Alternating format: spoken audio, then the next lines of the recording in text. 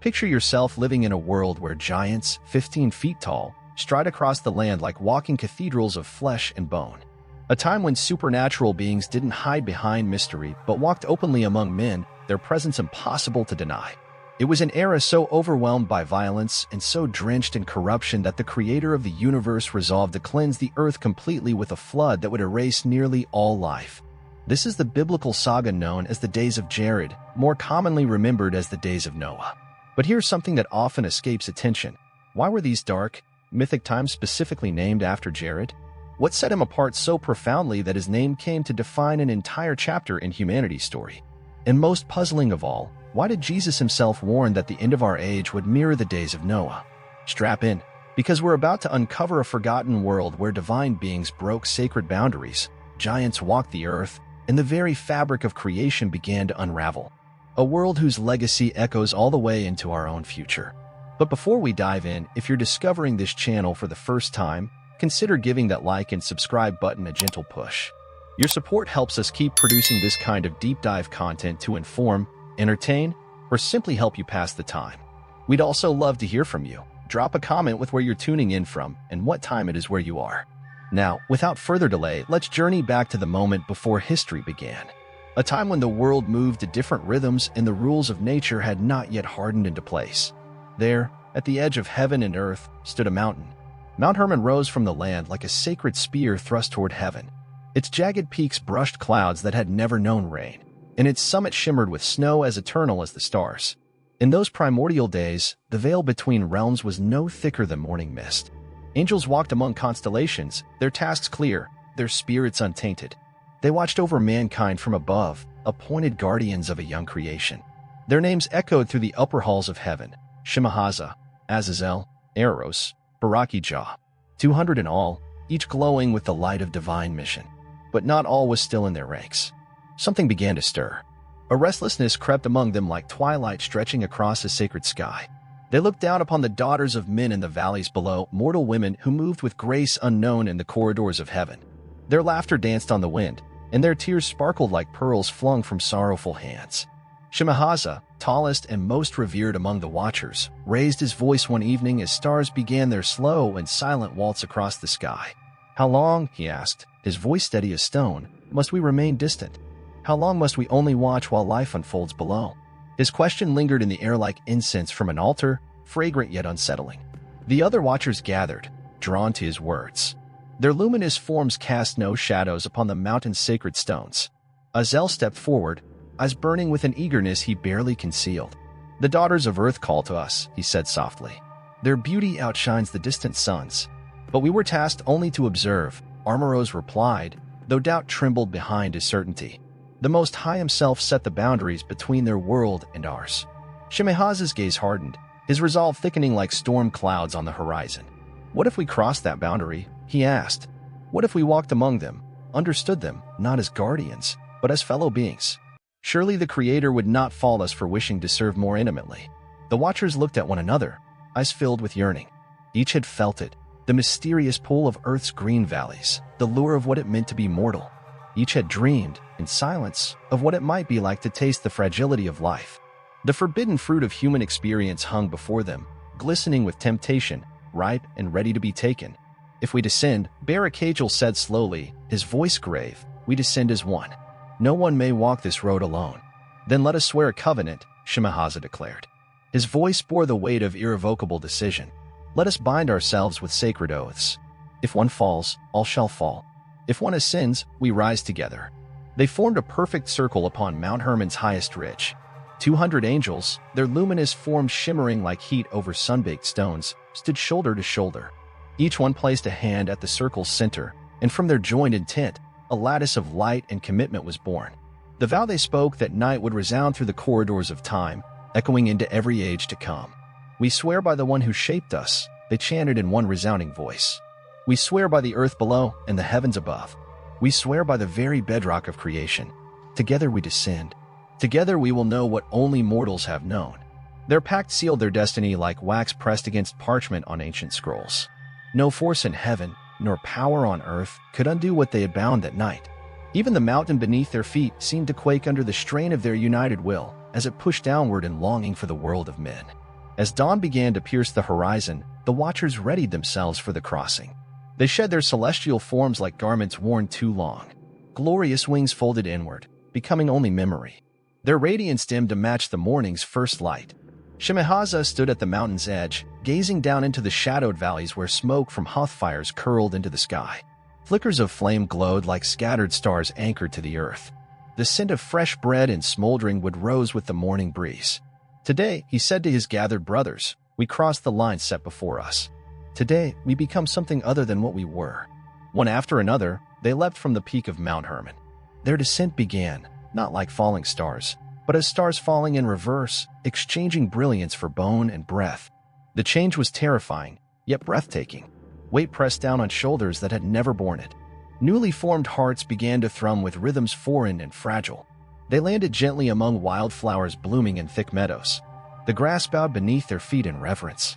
For the first time, they felt the solidity of the earth beneath them, and the intimacy of that contact overwhelmed their senses. Air rushed into lungs that had never needed breath. Breathing became necessity, not luxury. The Watchers turned to one another, now seeing not ethereal brethren, but men tall, powerful, yet undeniably human. Only their eyes gave them away, glowing with depths too ancient for any mortal to bear. "It is done," Shemhaza said, his voice now clothed in earthly tone. "We have crossed the boundary. There is no going back." They set off toward the closest human village as the morning sun climbed above the horizon. With each step, their new forms left imprints in the softened earth behind them. Mount Hermon stood silent in their wake, a witness to what had transpired, keeping the secret of their fall cloaked in the illusion of love. Not one of them turned back. Their eyes were fixed on the horizon, on the daughters of men awaiting them in valleys lush with promise. They moved forward, hearts full of anticipation, blind to the truth that their decision would forever alter the fabric of the world. Heaven grew strangely quiet that day. 200 voices were missing from the eternal harmonies. Celestial choirs echoed with absence. The angels who remained above felt it as a loss, a silence like a missing note in an unending song. Yet down below, a new kind of music was about to play. The age of the Watchers had begun, and with it, an era would rise that would forever be remembered as the days of Jared. In the 10th generation from Adam, while the world was still young and grief was still new, a son was born to Machalel. They named him Jared, meaning descent, though no one could have known how prophetic that name would become. Jared grew into a man of quiet dignity and enduring strength. His beard flowed silver, rippling like mountain streams under moonlight. His eyes held the stillness and wisdom of one who had watched countless seasons turn and return again. When he spoke, others listened. When he kept silent, people found peace just from standing in his presence. These were years of goodness and abundance for mankind. The earth opened her hands generously. Grain rose high in rich fields. Branches sagged heavy beneath the weight of ripe fruit. Rivers flowed clear and cold, brimming with fish that seemed eager to leap into nets. The climate cradled all life with gentle warmth and timely rains. Cities rose from the remnants of earlier settlements. Stone replaced sun-dried clay. Roads laced the land like veins, connecting villages and breathing life into the world's body. Markets buzzed with the voices of distant traders. The ring of hammers echoed from workshops where hands shaped metal into tools and ornament. Mankind multiplied like the stars that filled the sky at dusk. Children played in the courtyards where once only silence had lived. Families expanded into clans. Clans wove into tribes. Tribes became nations. The earth moaned beneath the sheer weight of such life. But her groaning was not pain. It was the groaning of joyful labor, like a mother full with child. Art blossomed like springtime.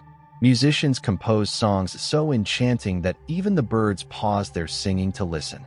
Painters ground pigments into shades that captured the last light of sunset on walls and pots alike.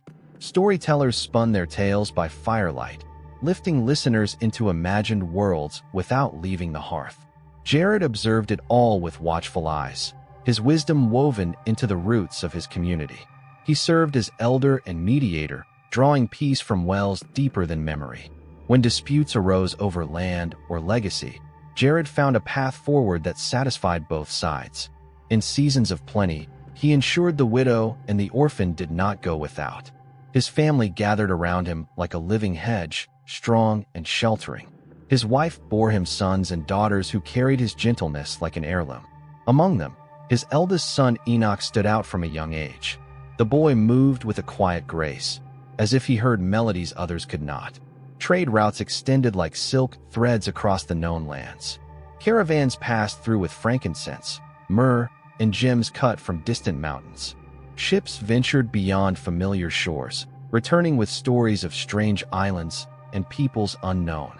Knowledge flowed freely between cultures, moving like water seeking its own level. Languages multiplied, each tribe discovering new ways to name the world around them.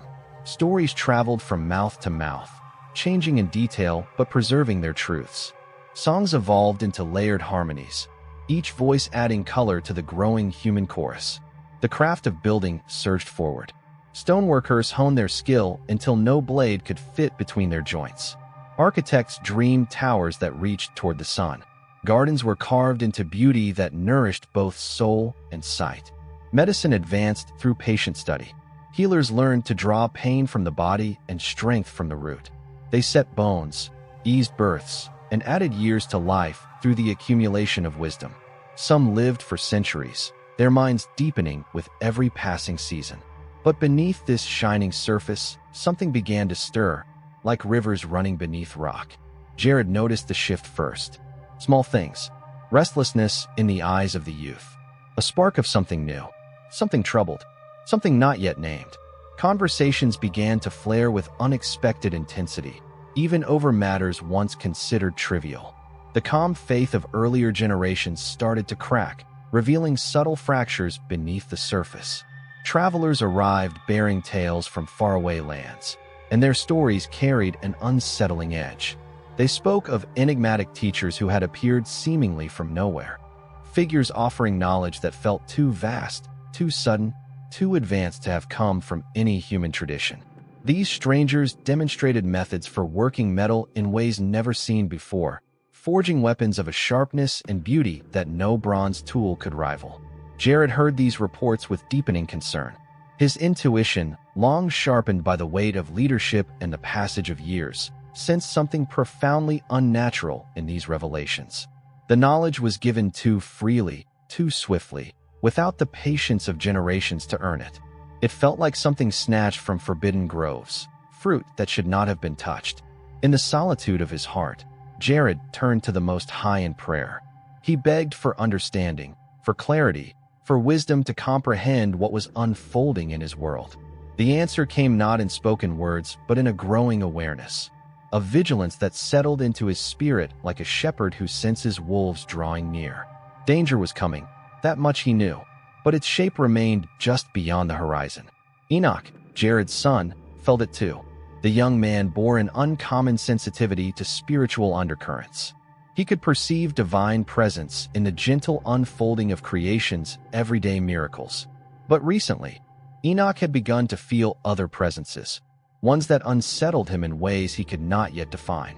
"Father," he said one evening, as they walked side by side through fields heavy with ripened grain, "something in the world is changing. Even the air seems different." Jared nodded slowly. He had sensed it as well. A subtle dissonance, like a song slipping out of key. "The times are turning," he replied with quiet gravity. "We must hold fast to what we know to be true." Together, they stood beneath the darkening sky, father and son united in a shared sense of unease. Around them, the world continued its eternal dance, planting, harvest, birth, death. The rhythm endured, but innocence was already beginning to slip away. The watchers had not yet revealed themselves, but their moment was near. The age of giants hovered at the threshold. Yet for a fleeting time longer, peace remained, soft as the last blush of sunset. Jared's days flowed gently on, marked by the simple cycles of a world that still remembered how to be good. The descent had not yet begun. Then, on a morning veiled in mist, the strangers arrived. They emerged not from cities or known roads, but from directions that defied the ordinary. Tall figures stepped forth from the depths of forests where no trails had ever been cut. Others descended from craggy mountaintops that no human foot had ever reached. Still more rose from shadowy valleys left blank on every map. They appeared in the likeness of men, but not like any men the world had known. Even before they spoke, their sheer presence commanded awe. Their stature alone drew every gaze. And when their eyes met yours, it was like staring into time itself, centuries staring back. Their every movement shimmered with otherworldly elegance. Even a simple gesture carried the weight of ancient power. People could barely breathe in their presence. The first to step forward was Azel. He entered a city's bronze district, his arrival as quiet as dust settling after a storm. Hammer blows stopped mid-swing. An unnatural stillness gripped the forge. The metal workers turned as one to face the stranger. There was something about him, something that made them forget everything else. "I have come to teach," Azel said, his voice carrying effortlessly across the room. "You've mastered bronze," he continued, "but bronze is the metal of children. I will show you how to awaken the iron that slumbers inside stone." The master craftsman, known throughout the region for his skill, stepped forward in cautious curiosity. "Iron," he asked. "We've tried, but it resists us. It refuses to yield, like the stone itself." Azel smiled. There was warmth in his expression, but also something darker. "You lack the true knowledge," he said gently. "Fire alone will never tame iron." He approached the furnace with a grace that made his movement look like dance. His hands moved over the flames in gestures none had ever seen. At once, the temperature rose beyond anything the forge had known. The fire began to burn in impossible colors, deep purples and piercing whites so bright they hurt to look upon. "Iron is not just metal," Azel said, working as he spoke. "It is the bone of the world, the skeleton of mountains. To master it, you must speak to the spirits within. You must offer them what they require." The craftsman watched, stunned, as Azel began pulling weapons from the flame. Swords emerged glowing like bottled starlight. Their edges were sharper than any bronze blade ever forged, and their balance flawless beyond human design. Spearheads formed that looked capable of piercing even the heavens. The master craftsman stared at the gleaming weapons, mesmerized. "But why?" he asked quietly. "Why would we need such power?" Azel's answer came without emotion. "Because others will possess it. Because knowledge, once loosed, spreads like wildfire through dry fields. Better to learn quickly than to perish at the hands of those who learn first." Elsewhere, in a city of scholars and scribes, another stranger appeared. His name was Panemu, and though he carried no visible tools, his very presence shimmered with potential. The learned men flocked to him, drawn like moths toward flame. Panemu gestured to their careful writing, inked characters on clay, marks on papyrus. "Writing is a fine beginning," he said, "but I will teach you how to inscribe your will upon the stars themselves. I will show you how to read the future in the dance of the heavens." As night approached, he led them up to the city's tallest tower. There, beneath the sprawling canopy of stars, he began to reveal patterns no human eye had ever traced. His finger moved through the sky, connecting distant lights with invisible lines. From those lines emerged meanings, shapes, and messages hidden since the first breath of creation. "That cluster speaks of royal births," he said. "Those 3 stars in harmony foretell great harvests. And when the red wanderer crosses into the house of the lion, war will follow swiftly." The scribes hurried to record every word, their hands struggling to keep pace. But Panemu's knowledge flowed too fast, too deep, like a river in flood. They caught fragments, pieces of divine mathematics, and it left them thirsting for more. "Learn these signs," Panemu urged them. "Kings will fill your hands with gold for your wisdom. Merchants will shower you with gifts for favorable trading seasons. Even women will seek your guidance to know when their children should be born." Meanwhile, Barakajal moved among the shepherds and the farmers. To them, the people of the sky and soil, he brought secrets of a different kind. To the shepherds and farmers, Barakajal offered a different kind of revelation, rooted in the earth, but no less potent than what was shared in cities. He lifted his hand to the sky and said, "The clouds speak, if you know how to listen."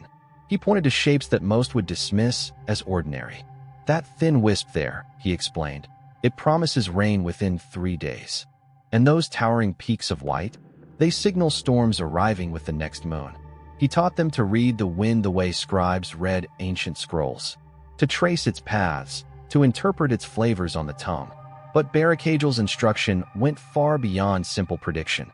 He showed them that weather could be shaped, guided, even commanded. "There are words," he said, which, if spoken at the right moment, can summon rain from cloudless skies. Rituals, precise, ancient, can turn back storms or redirect them toward the fields of your enemies. The spirits of the sky will answer, he promised, but only to those who dare to learn their true names. In another place, among jewelers and artisans, Gadriel made his entrance. He brought with him insights so profound that even the most exquisite human craftsmanship looked childish in comparison. Gems that once required days of careful cutting and polishing, he shaped with a mere wave of his hand. With beauty comes power, Gadriel taught, his voice as smooth as the precious stones he touched. Not the fleeting beauty that pleases the eye alone, but the deeper, more dangerous kind. The kind that takes hold of the soul, that bends the will, that commands desire itself. He revealed cosmetics far beyond anything ever known. These were not simple pigments to highlight features, but tools of enchantment. Preparations that stirred something primal in both men and women. Women who applied his formulas found themselves surrounded by desire, their presence nearly unbearable in its magnetism. Men who adorned themselves with his creations discovered their words became irresistible, their influence profound. Mix these powders beneath the new moon, he instructed with precision. Speak these phrases as you blend the pigments. Understand this, true beauty is not vanity. It is a form of sorcery. And sorcery, he added, is simply knowledge guided by intent. The Watchers appeared everywhere. Their reach stretched across the entirety of the inhabited world. To the healers, they offered plant lore and herbal wisdom. But the herbs they taught could heal as easily as harm. To the builders, they revealed the principles of divine architecture. Structures born from this knowledge held purposes far beyond shelter. Some whispered of alignments, of gateways. To the priests, they unveiled the mathematics of the stars. But their astronomical charts held more than sacred times. They unlocked entrances to unseen dimensions, paths perhaps better left unexplored. Humanity drank deeply from this wellspring of forbidden insight. The taste was sweeter than anything they'd ever known. Rich, intoxicating, impossible to resist. But the more they consumed, the more ravenous they became. Each secret unveiled led to 10 more hidden behind it. Each revelation birthed another hunger. Trade routes that once moved only silk, grain, and stone now pulsed with knowledge that could tip the scales of kingdoms. Cities that had basked in peace began to look upon their neighbors with unease, calculating advantage where before there was kinship. The blades forged under Azel's guidance were no longer trophies of skill. They were being used, sharpened for conflict. War, once a last resort, was fast becoming a preferred strategy. The Watchers stood back and observed the unfolding results of their gifts with measured satisfaction. Humanity was not just a willing student, it was an eager one, perhaps even more eager than the angels had dared to hope. The seeds had been sown, and already, the first shoots of change were pushing up through the soil. The harvest was coming, but before the fruit could ripen, another hunger pressed upon them, another desire that had drawn them from heaven to earth. The beauty and the mortality of the daughters of men still called to them. Their mission had begun with knowledge, but knowledge had only been the beginning. That spring arrived too early. It came wrapped in winds heavy with anticipation, as if the earth itself trembled at what was to come. Flowers bloomed before their season, and their colors burst with unnatural brilliance. The very air shimmered with energy, equal parts promise and peril. Shemahaza had made his choice. From the line of Seth, he selected his bride. Her name was Nama. Her beauty struck not like light, but like force. When she walked through the market, conversation died mid-word. Even other women paused, not in envy, but in awe, at what human form could become when sculpted to perfection. Her hair flowed like night-dark water kissed by moonlight. Her eyes seemed to mirror the stars themselves. And when she spoke, her voice carried a music so gentle, so haunting, that listeners lost track of their own thoughts. Each movement was poetry, each glance a verse. But Nama's allure did not end with appearance. Her mind was honed like polished bronze, sharp, quick, and brilliant. She had mastered the arts of healing, the rhythms of song, and she did so with an ease that felt unnatural. Some whispered divine blood coursed through her veins, but none could say from where it came. Shemahaza came to her first in dreams. visions so vivid, they felt more real than waking life. In those dreams, he appeared clothed in both shadow and light, so beautiful it hurt to see him, and yet, so terrible in his intensity it left her breathless. He whispered words that clung to her heart like burning silk. "You were made for more than this fleeting life," he said across the boundary of dreams. "Your beauty deserves a mortal witness. Your mind craves knowledge that stretches beyond ages. Come to me," he beckoned, "and I will unveil wonders no mortal man could offer you." When he finally arrived in the flesh, she knew him instantly. He stood at the edge of her father's field, painted in the amber light of sunset. Everything about him defied scale. His stature, his voice, his gaze. "I have waited long for this moment," Shemahaza said as she approached. His voice held the music of stars, harmonies that no human throat could ever recreate. "Will you walk with me?" he asked. And in that moment, Nama felt her mortality fall from her like broken chains. This was no ordinary love. This was the love of legends, the love of creation and rebellion intertwined. "I will walk with you," she said, "to the edge of the world." Their union took place beneath stars that burned brighter than any in living memory. The ceremony followed no ritual known to man. No earthly priest could sanctify such a bond. The elements themselves bore witness. Winds whispered blessings in tongues never spoken by mortals. Lightning etched sigils of approval into clear skies. And when Shemahaza took Nama into his arms, the earth responded. Trees long barren bent beneath fruit overnight. Springs erupted from parched ground, and animals gathered, encircling their new dwelling as if summoned by invisible forces. Seeing their leader wed to a mortal woman stirred something wild in the hearts of the other watchers. One by one, they followed his example. Eager, hungry, unbound, Azul found his bride among the daughters descended from the line of Cain, a woman whose shadowed beauty reflected his own enigmatic nature. Her name was Ohama, and her knowledge of herbs and potions bordered dangerously on the edge of true sorcery. When she brewed her remedies, they worked with a speed and precision that astonished even the most experienced healers. Eros, by contrast, sought something wholly different. He chose a bride whose purity stood in stark contrast to his ancient, time-worn existence. She was scarcely beyond childhood, her beauty like the earliest blossoms touched by spring sunlight. Her name was Batinos, and the way she moved, light-footed and soft, reminded all who saw her of deer stepping carefully through sun-dappled forest glades. The Watchers courted these women with gifts no mortal man could ever hope to offer. They brought them jewels that shimmered with captured starlight, radiating their glow in the deepest darkness. They offered garments woven from threads spun in dimensions beyond the earthly realm, clothing that enhanced beauty until it neared the divine. But their most potent offerings were invisible. Each Watcher imparted a piece of his immense knowledge to his chosen bride. Nama learned melodies with strange powers, songs that could mend broken hearts or unravel minds, depending on her will.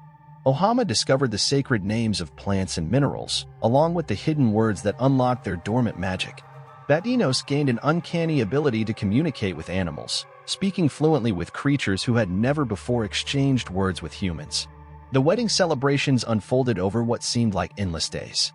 Time itself bent in subtle ways around these events, distorting and softening the ordinary passage of hours. Guests described banquets where the sun remained suspended at its zenith, or where twilight lingered eternally, never quite giving way to night. Musicians played instruments whose notes extended beyond the normal limits of human hearing. Yet every heart in the audience responded to the beauty of their music with tears they could not explain. Dancers moved in enchanted formations, tracing symbols of forgotten power into the soil beneath their feet. Wine flowed freely, wine not born of earthly vines, its taste unlocking long-buried memories of some lost Eden. As the celebrations continued, subtle changes began to emerge in the brides. Their beauty, already profound, began to radiate from within, as if lit by inner stars. Their voices carried harmonic layers that stirred emotion in all who heard, evoking tears without cause. Simply being near them changed the world. Flowers bloomed brighter in their path. Water tasted sweeter after passing their lips. Children stopped weeping when they came near. Elderly men and women found that their pains lessened in the bride's presence. The transformation was gradual, but undeniable. These women were evolving, becoming something more than human. The consummation of these divine and mortal unions sent ripples through the very foundation of existence. When beings from heaven mingled their essence with daughters of earth, The resulting energy surged across both the visible world and the unseen realms. High in heaven, angels felt the tremor. Deep in the underworld, demons stirred with sudden awareness. Within mere days, the brides began to show signs of pregnancy. But these were no ordinary pregnancies.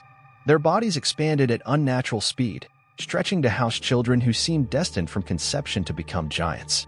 Yet the physical strain was only one part of the transformation. The mothers began to dream. Dreams unlike any they'd known, visions of their unborn children walking the world as colossal figures, reshaping mountains and commanding elemental forces. Some dreams filled them with joy, but more often, a shadow of dread curled beneath the visions, an unease they could not name. Their families watched the changes in awe and mounting fear.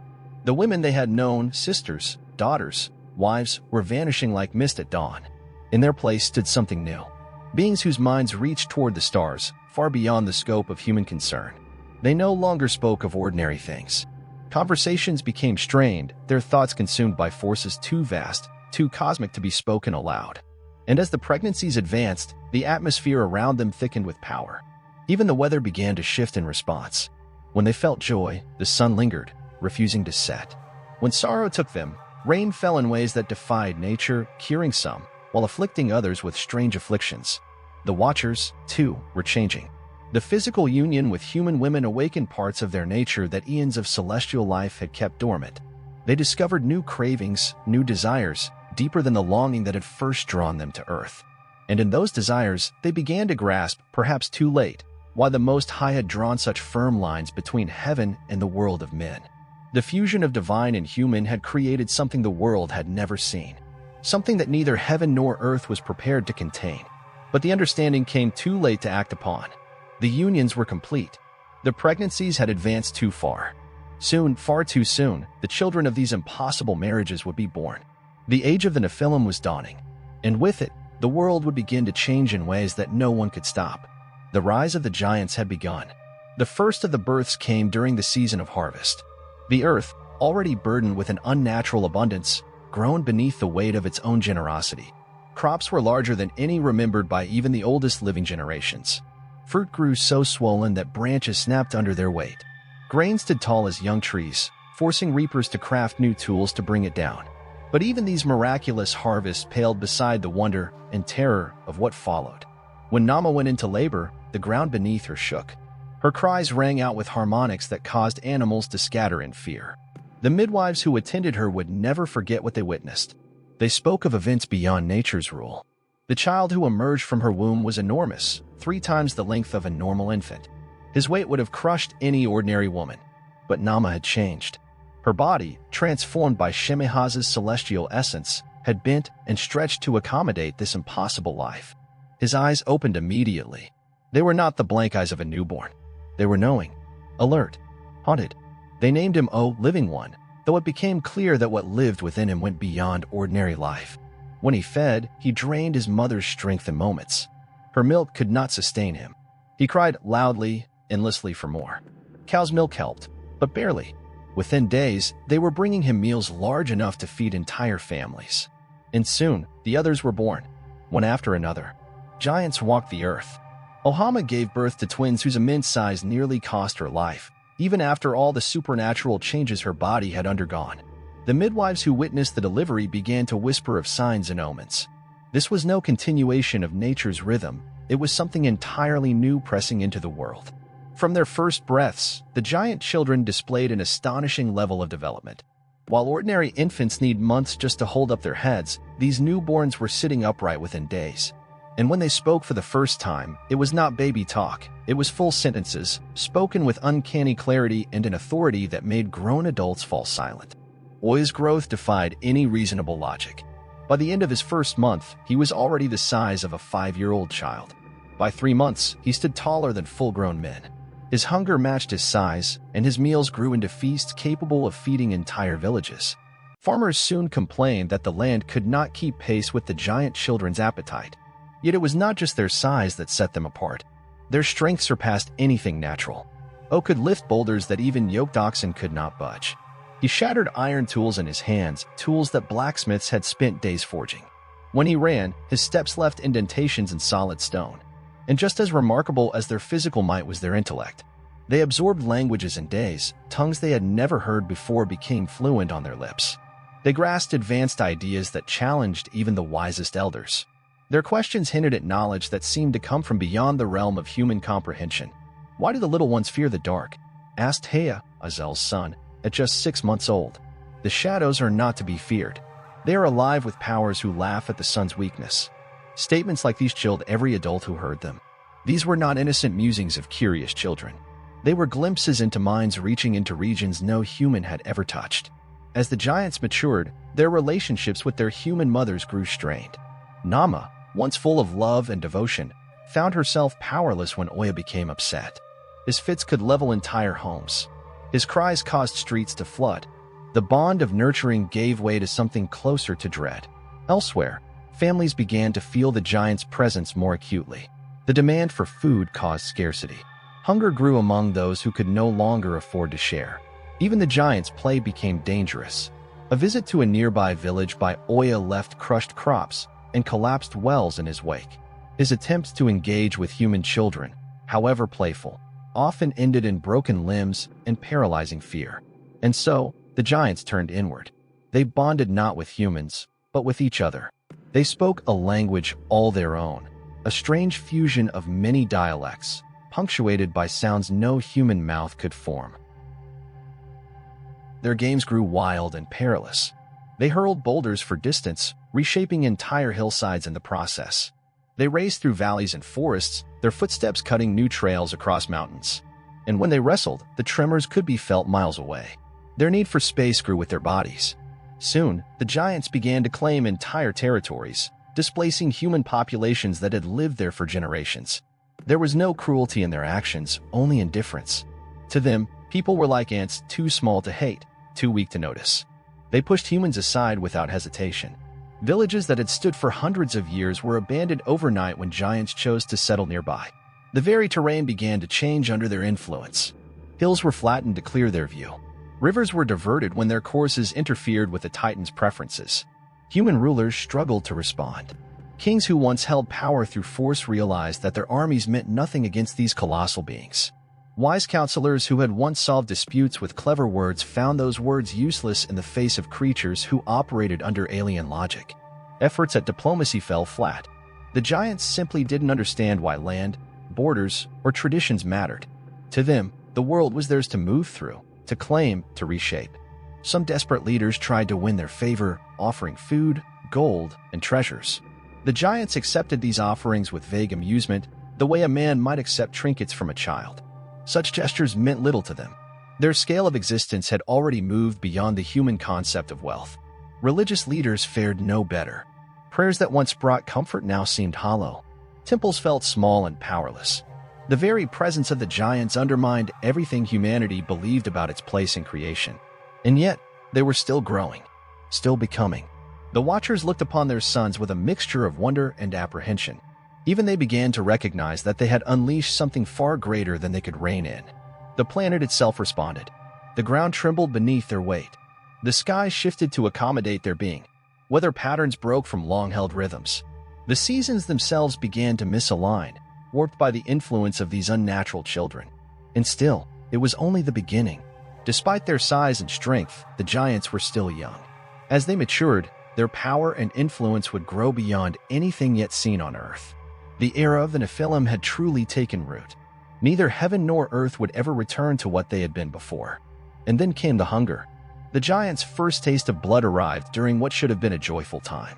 The harvest festival in the Valley of Chiron had drawn crowds from surrounding lands.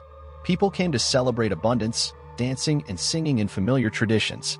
Musicians filled the air with ancient melodies. Children played between the booths, chasing laughter. Merchants lined the walkways, displaying their finest crafts and foods. And then O arrived. Drawn by the sounds, by the scent of food, and the pulse of celebration, he entered the valley just as the sun reached its highest point. By the time he reached his first year, Oya had grown to the height of 4 grown men. His presence alone cast shadows large enough to engulf entire families. As he stepped into the midst of the harvest celebration, all music and laughter died. The crowd fell silent as his massive silhouette blotted out the sun. "I hunger," he said, his voice rolling across the valley like distant thunder. The words were simple, but but their weight sent waves of dread rippling through the assembled people. They had heard stories, whispers of the giants' insatiable appetites, each tale darker than the last. The village elders rushed to gather whatever food they could find. They brought baskets of warm bread, entire roasted oxen, barrels of wine meant for the winter. All were piled before Oya as an offering, a tribute from trembling hands.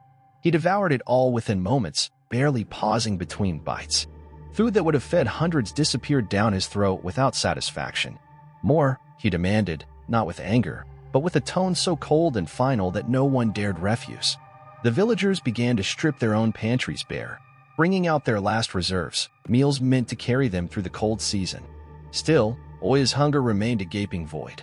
The joyful festival had morphed into a nightmare of helpless service. Children began to sob.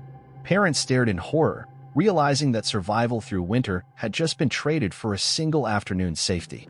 Frustration twisted Oya's expression as the offerings dwindled. His movements became more erratic, careless swipes sending market stalls crashing to the ground. When a merchant moved too slowly, Oya brushed him aside with a flick of his hand. Bones snapped like dry branches. The scent of fresh blood lingered in the air. Oya paused. He turned toward the crumpled body. Something changed in his gaze. His eyes, once merely expectant, now studied the fallen man with a new awareness. For the first time, Oya didn't see humans as givers of food. He saw them as the food itself. The realization swept through the crowd faster than any voice could carry it. The giants, beings once marveled at for their power, were now predators. Humanity, long the apex of earthly life, suddenly stood below something far more terrible. What happened next would echo in nightmares for generations. Oya reached down, not violently, but with terrifying calm. He picked his victims as one might pluck fruit from a low-hanging branch. His grip was disturbingly gentle, as if savoring the moment. Then came the screams, shrieks of such raw terror that they soared across the valleys. Birds burst into flight by the thousands. The other giants heard it, even from distant hills. Those cries awakened something deep within them, a hunger they had not known they carried. Heya was the next to feed. He had been amusing himself by devouring livestock, whole herds disappearing between meals. But now, cattle tasted bland, empty. Their blood lacked a certain richness. When Heya came upon a group of shepherds hiding their flock in a cave, he felt something stir inside him. The fear in the shepherds' eyes was intoxicating. Their terror flavored the air like spice. Their trembling bodies offered something that no animal could replicate. And with that taste, the transformation began to spread. One by one, the other giants awoke to the same craving. They began organizing their hunts with terrifying intelligence. Territories were divided. Settlements were marked. Humans became livestock, managed, monitored, harvested. They took only what they needed, enough to satisfy their growing cravings, leaving just enough survivors to repopulate for the next cycle. It was the same logic humans had long used with animals. Cities emptied almost overnight. Once vibrant communities became ghost towns as people fled in every direction. Trade routes grew silent. Merchants no longer dared cross lands now ruled by giants. The delicate web of civilization began to unravel. But the hunger of the giants wasn't just for flesh. They discovered that fear, raw, sustained fear, made their meals more flavorful. Killing quickly brought less pleasure. So they began to invent new ways to feed, ways that prolonged the agony. Some giants developed particular tastes. Mahi, the son of Barakajul, discovered that the flesh of children had a sweetness that adults lacked. He raided nurseries, schools, any place where the young gathered. The scenes he left behind defied description. Witnesses lost their sanity. His approach alone was enough to throw entire towns into chaos. Parents buried their children in hopes of saving them. Other giants hunted warriors. They claimed that courage added a special fire to the blood. They attacked soldiers in formation, not for challenge, but for flavor. They let the cowards live, so they could tell others. The tales served a purpose. Fear rippled outward, making future prey even more savory. The giants began to compete, not just in brute strength, but in cruelty. They built massive fire pits capable of roasting dozens of victims at once. They learned how to preserve meat, curing and smoking their favorite cuts for later indulgence. Some went further still.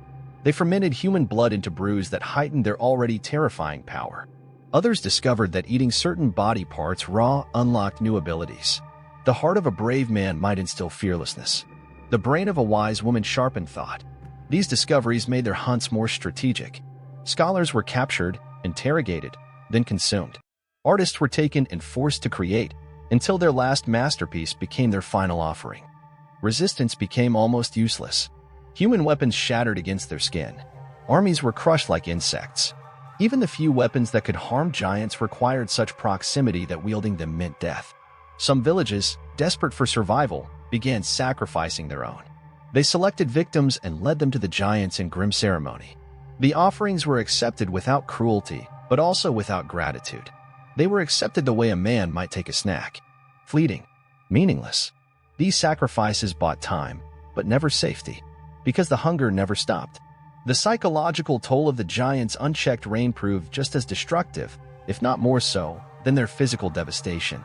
Humans began to lose the essential sense of safety that had once allowed culture, family, and society to flourish. Children were raised in a world where being hunted was a real and present threat. Adults stopped planning for futures that might never come. Art and literature from this dark age reflected a nearly universal despair. Songs spoke of cursed days when even the earth seemed to recoil.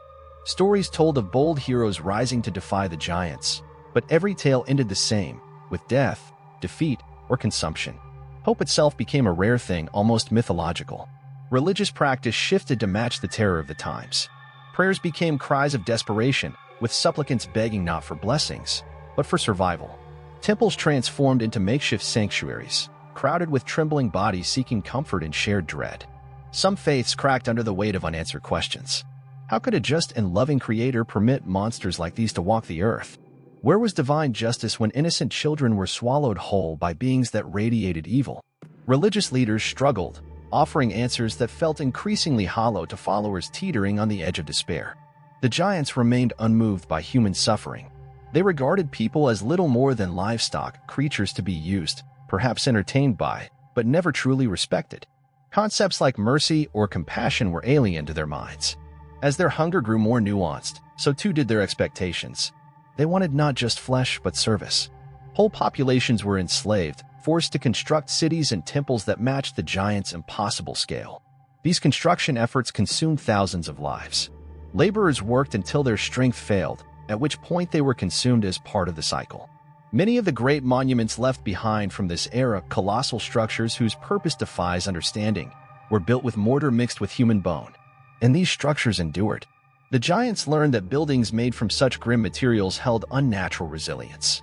Their foundations never cracked. Their walls defied erosion. The earth itself began to recoil under such horror. Regions where giants regularly fed turned barren.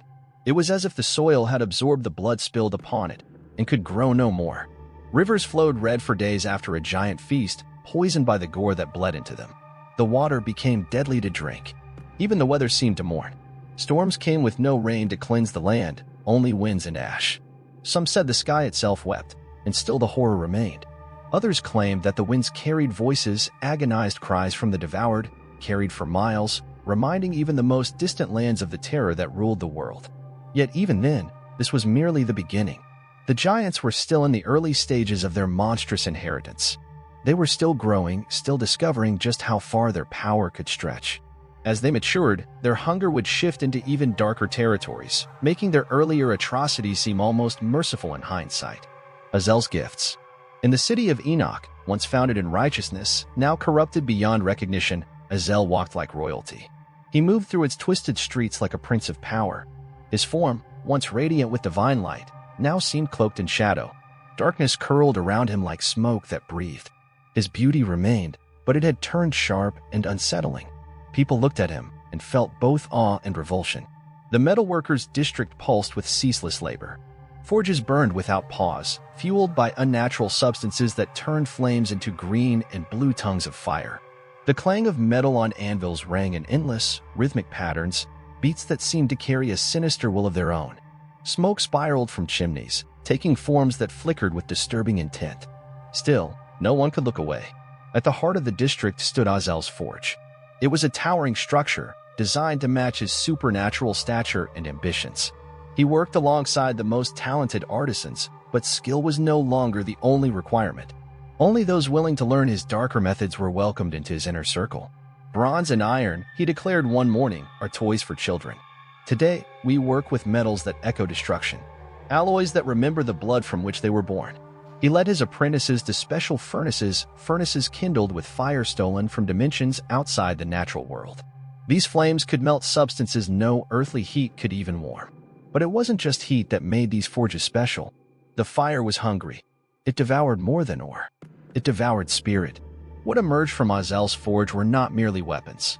They were objects of impossible design. Swords that could cut through mountains and men alike. Their edges never dulled. Their weight felt light in the hand, yet deadly in use. More terrifying, these weapons moved with a will of their own. Even novices could kill like seasoned warriors once the blade was drawn. The secret, Azel said to his stunned students, is not in the forging, but in the awakening. Every metal carries a spirit dormant and waiting. We simply wake it and bind it to serve us. The binding required more than technique. It demanded offerings that would have horrified past generations. Weapons were quenched not in water, but in blood spilled during the forging. Tears collected from dying victims were used to temper armor, giving it resistance beyond comprehension. But Azel's talents extended further than just warfare. He taught the arts of influence, how to craft jewelry and ornaments that controlled desire itself. From his hands came bracelets and necklaces that mesmerized those who looked upon them, rings that could ignite obsession, crowns that could manipulate entire courts. Beauty, Azel whispered as he placed the final gem on a shimmering chain, is the sharpest blade of all. A sword may kill a man's body, but beauty enslaves his soul. Women who wore Azel's creations found themselves adored, worshipped, pursued. Kings offered kingdoms. Families tore themselves apart. Desire became domination.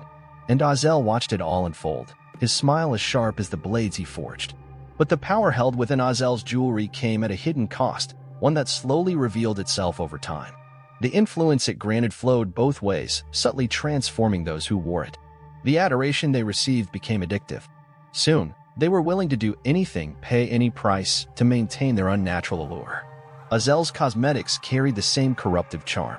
Powders and pigments emerged from his laboratories with abilities far beyond mere beautification. These substances could reshape faces entirely, turning the plain into the lovely, and the lovely into something bordering on divine. But these transformations exacted a toll. At first subtle, the effects grew clearer with continued use. The paint seeped beneath the skin, burrowing into the soul. Women who relied on them found that their natural features faded, as though erased. Without the cosmetics, their faces became something dreadful to behold, misshapen, hollow, unnatural. Some reached a point where they couldn't look in mirrors without their painted masks. Their true reflections became unbearable. Beyond beauty and ornament, Azel's teachings extended into the realms of warfare and tactics. He passed on strategies that wove supernatural elements into battle. His students learned to decipher omens in the flight of birds. They studied patterns and spilled blood, drawing predictions of enemy maneuvers. They called upon shadow-dwelling entities to lend strength or insight. The armies trained in Azel's ways moved with uncanny unity. They struck with impossible timing. Their endurance defied mortal limits. Word of them spread like thunder before a storm. Many battles ended before they began. Opposing forces simply fled at the giant's approach. But Azel's most dangerous gift may have been the mastery of illusion. He taught his students to warp perception, to create appearances that had no connection to truth, to craft lies that rang with the clarity of Scripture. They learned to transform their very presence to become whatever their audience most wanted to see. These illusionists could stroll into enemy camps and be embraced as long-lost comrades.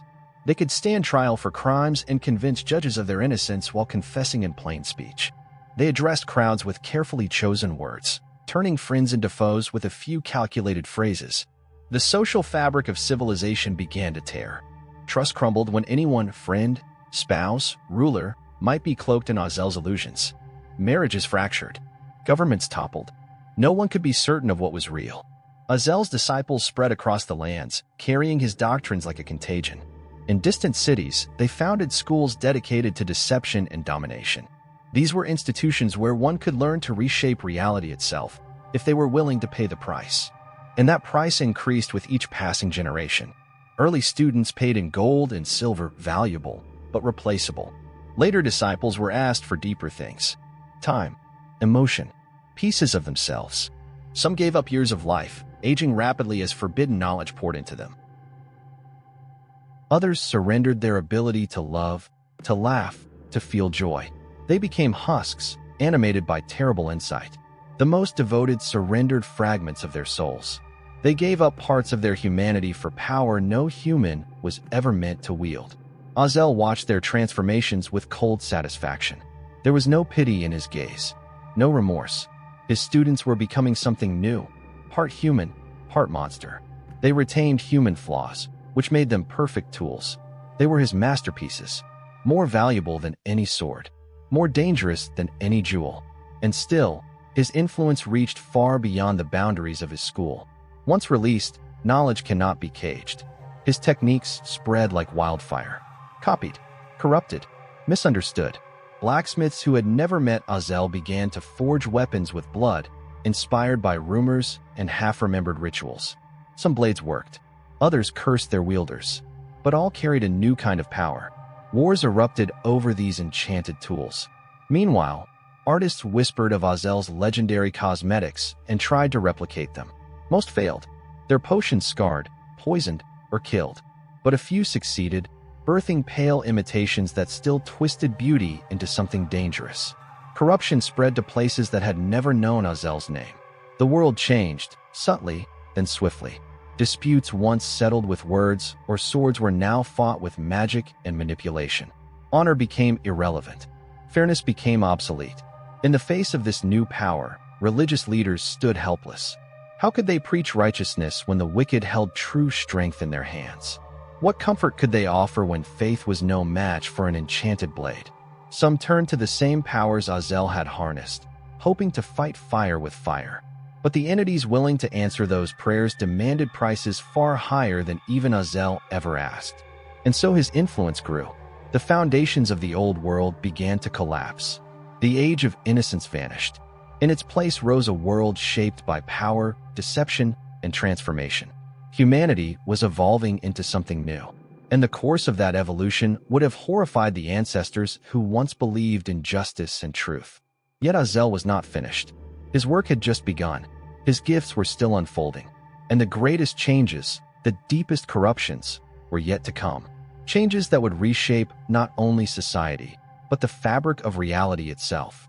And the first signs of transformation appeared in the places where the blood had soaked deepest into the land. Gardens that had once blossomed with delicate, fragrant flowers now gave rise to unnatural growths, stalks that twisted like tendons, petals that peeled open to reveal rows of tiny, glistening teeth. Trees bore fruit that seemed wholesome at a glance, but upon tasting, filled mouths with the metallic sting of copper and the bitterness of ash. They nourished nothing. Jared walked slowly through what had once been his family's orchard, his weathered hands trembling as they brushed against bark now bruised in color, like skin remembering violence. The apple trees his grandfather had planted no longer offered sweet fruit. Instead, they dangled strange, pulsing orbs that shimmered unnaturally, their skins shifting with patterns that hurt to look at directly. When Jared reached to pluck one, it emitted a high, piercing wail, like a child's scream caught in a loop. "The earth grows ill," Jared murmured to Enoch, who walked beside him during these sorrowful rounds. "It drinks the blood of the giants and births only horrors in return." Enoch nodded, his eyes far away, filled with visions invisible to others. His prophetic sight revealed threads of corruption laced through the roots of trees and plants, spreading like spiritual rot across vast distances. What happened in one cursed grove echoed miles away, rippling through creation like poison carried in invisible veins. Rivers that had flowed crystal clear for ages now ran in unnatural colors, changing hue as they twisted through the land. Sometimes they glowed red, like fresh wounds. Sometimes black, like moonless nights.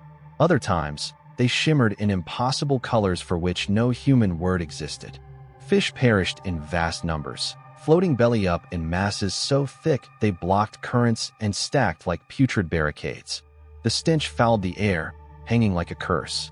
And it wasn't just plants and animals that changed. Human settlements near the old feeding grounds began to experience strange, terrible phenomena. Wells that had provided cool, sweet water for generations now yielded liquids that scorched the throat and filled minds with violent nightmares. Salt deposits sprang up overnight in places far from sea or shore, turning once fertile lands into lifeless deserts. Even livestock twisted under the weight of the corruption, Cattle grew second and third heads, some of which spoke in eerie tongues no shepherd could interpret. Sheep sprouted wool made of fine, metallic threads that cut like razors, wounding those who dared shear them. Chickens laid eggs that cracked open into things no longer bird. The skies turned wild and unpredictable. Storms arrived without warning, sometimes bringing rain that fell upward or snow that hissed like acid. Winds carried smells from places unmapped, places that seemed born between dimensions. Lightning struck the same patch of earth over and over, carving glass spires from soil, spires that hummed with trapped screams frozen in crystal. Farmers returning to their familiar fields found their harvests had become monstrous. Grain twisted into coils, its seeds filled with substances that drove people mad. Vegetables bulged in grotesque shapes resembling human organs. Fruits bore skins disturbingly warm, like flesh, not food. The spread of corruption followed no understandable logic. A poison well in one village could foul a distant river, skipping over entire regions untouched. A sick crop in one field might instantly blight another hundreds of miles away, while sparing everything in between. It was as if the contamination moved with intent, as if some hidden intelligence guided it toward specific targets for the greatest devastation. Animals defied instinct. Wolves traveled with sheep, hunting together in unnatural alliances. Birds built nests from human bone and rusted metal, their cries now haunting, dissonant tunes that unraveled sanity. Insects bloomed to monstrous size. Beetles the length of a man's forearm devoured predators that once fed on them. Domestic animals changed too. Dogs turned on their owners without provocation, their eyes reflecting alien minds filled with dark purpose. Cats learned to vanish at will, phasing between dimensions to strike from unseen angles. Even horses behaved erratically. Some refused to approach areas tainted by giants, no matter how forcefully their riders commanded. Others carried their masters straight into cursed zones with eerie, unwavering determination. And the plant kingdom's descent into madness proved more terrifying than the animals. Forests became malevolent. Trees lashed out at travelers with snapping branches and venomous thorns. Vines coiled like serpents, injecting paralytics with a single scratch. Flowers bloomed with mind-altering pollen that induced hallucinations so vivid victims often died reacting to horrors that weren't real. Fungi began forming perfect circles in remote clearings, mushroom rings etched with ancient sigils. These arrangements radiated power no human could safely approach. Disturbing them led to vanishing acts, clothing left behind in perfect piles, the bodies inside gone without a trace. Only the stench of death remained. Even the minerals of the earth joined the rebellion against nature. Precious stones appeared in regions where no geologist could explain their presence. Their crystal structures hummed with malignant energy. Gold, exposed to blood, softened like clay. Iron turned brittle under the tears of a giant. Salt that had been harvested for centuries now formed crystalline clusters that shrieked when touched by sunlight. Silver veins slithered through bedrock like hunting snakes, chasing miners in the dark. Copper no longer aged into green. It pulsed with infection, spreading its discoloration like a disease to everything it contacted. Even the soil beneath their feet betrayed its former nature. The very foundation of the world was coming undone. The soil, once the womb of creation, began turning against life itself. Earth that had nurtured generations started consuming whatever was placed within it. Seeds planted with hope would never sprout. They dissolved into nothingness, digested by the sickened ground. Even human bodies buried in such soil vanished without a trace, leaving behind no bones, no memory, no sign they ever existed. In regions overwhelmed by corruption, the boundaries between matter itself began to warp. Stones softened unnaturally, taking on the pliability of flesh. Meanwhile, living tissue hardened until it resembled mineral. Water transformed into solid crystal, not from cold, but by some twisted law, imprisoning anything it touched in frozen clarity. Conscious minds trapped inside could think, but never move. Craftsmen watched in horror as their materials turned against them. Clay resisted their intentions, molding itself into vessels they had not designed, forms that stared back with expressions filled with malice. Textiles wove themselves into patterns that twisted the mind. The designs carried sigils that induced madness in anyone who studied them too long. Even the classical elements turned hostile. In some places, fire burned cold, offering no warmth, yet devouring fuel as quickly as ever. Water ran uphill without cause, defying gravity and common sense alike. The air grew thick like syrup, choking lungs and making breath a laborious task. In those places, even the healthiest found themselves gasping, as if drowning in invisible glue. And then, time itself began to fracture. Certain regions decayed rapidly. Wooden homes aged centuries in a single afternoon. Others became pockets of stasis, where time slowed so drastically that a brief walk through them could cost someone decades in the outside world. The skies bore witness to Earth's unraveling. Stars blinked in and out of existence, ignoring their usual rhythms. The moon no longer kept faithful to her phases. Some nights, she vanished entirely. Others, the sky flared with eerie brightness from a source no eye could identify. Human settlements fought to adapt to these changes, but their remedies often birthed worse consequences. Attempts to purify polluted waters succeeded, only for those waters to induce hallucinations or sleepless terror. Crops grown in treated earth looked edible, but those who ate them suffered dreams that tore their minds apart. The corruption wasn't just spreading, it was evolving. It changed with each new environment, adjusting, learning, growing. What began as contamination now moved with the purpose and complexity of something alive. The very laws of reality, the rules that governed creation from its foundation, no longer held absolute power. Religious leaders struggled to understand. Some proclaimed divine punishment, a reckoning for humanity's sins. Others believed this was an invasion, an assault from powers outside the Creator's design.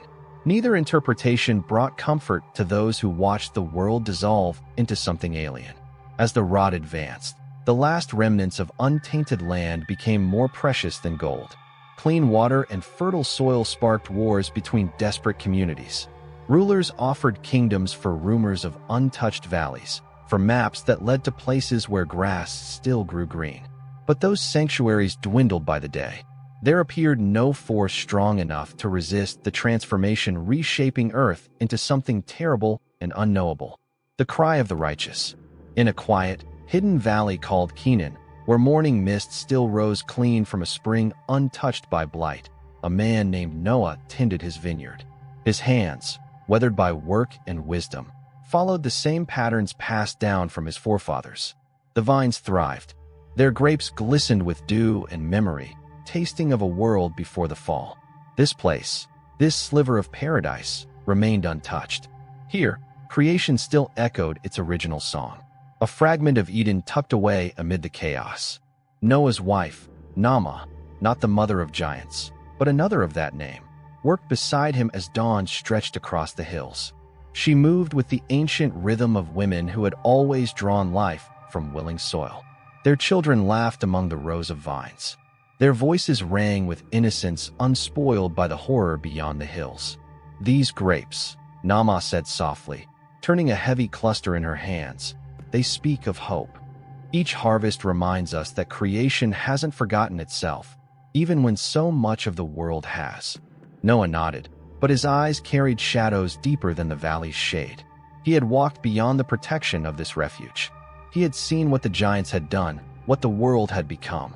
And that knowledge pressed on him like a mountain, growing heavier with each passing day. In the far-off hills, the line of Seth endured. Communities clung to the old ways, offering sacrifices, obeying the laws of the Most High. They remained scattered but connected, linked by messengers who carried news and encouragement like lifeblood between them. One of these messengers was Methuselah, ancient even among patriarchs. He stood as a living memory of the world before its descent. He had spoken with Adam. He had walked through ages now lost to myth. Around fires on cold nights, Methuselah's voice rose like wind through trees. "I have seen nations born," he would say. "I've watched empires fall like waves upon the shore. But never have I seen corruption spread so deep. Never has evil walked so boldly." His words held more than history. They carried the weight of eternity. Even the young, hearing him speak, knew they lived in days darker than any before. But Methuselah's voice also carried hope, threaded with quiet certainty. The power of the Most High remained, even if hidden for a time. Faith was not broken. Lamech, Noah's father, wandered between the faithful enclaves. He was both messenger and flame-bearer, a voice in the wilderness reminding scattered hearts to endure. He walked through corruption without faltering. He witnessed things that would have broken weaker men. Yet still he pressed on. He stood before frightened gatherings, his voice steady. "The giants may rule the earth," he told them, "but they cannot reach beyond it." Their dominion extended only as far as the flesh they had chosen allowed. Bound to their corrupted bodies, the giants had power over earth, but none over the heavens. While they remained shackled to the material world, the righteous stayed free, able to commune with the divine realms above. In quiet resistance, the faithful began building their own defenses, not of stone or steel, but of spirit and purpose. Though they could not match the giants in brute strength, they wielded resources the corrupted could neither touch nor comprehend. Their prayers rose constantly like fragrant incense, forming unseen shields around their homes, barriers that even giants struggled to cross. They became students of the enemy's movement, developing systems to detect signs of oncoming contamination. Their vigilance allowed them to evacuate regions before darkness could take root. Through careful observation, they discovered that some terrains held purity longer than others. The mountains, reaching skyward, seemed more resistant to decay, perhaps drawn closer to heaven's breath. Springs bubbling from deep within the earth stayed cleaner than surface streams. Forests grown by righteous hands endured longer against corruption than untamed woodlands.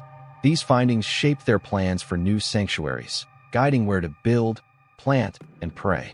Prayer became their sword, shield, and song. Not desperate cries of those already defeated, but bold, confident voices lifted with faith that their words were heard. Their worship created sanctuaries not just of space, but of presence, holy ground that evil could not tread lightly upon. Children raised in these sanctuaries came to understand spiritual warfare the way others learned language or farming. Their very innocence became a shield, baffling and repelling the touch of corruption. They sensed evil before their elders could see it. Some were born with a kind of spiritual sensitivity, a gift shaped in the womb of prayer and protection. New forms of music and artistry emerged. Songs were composed that did more than praise. They repelled corruption.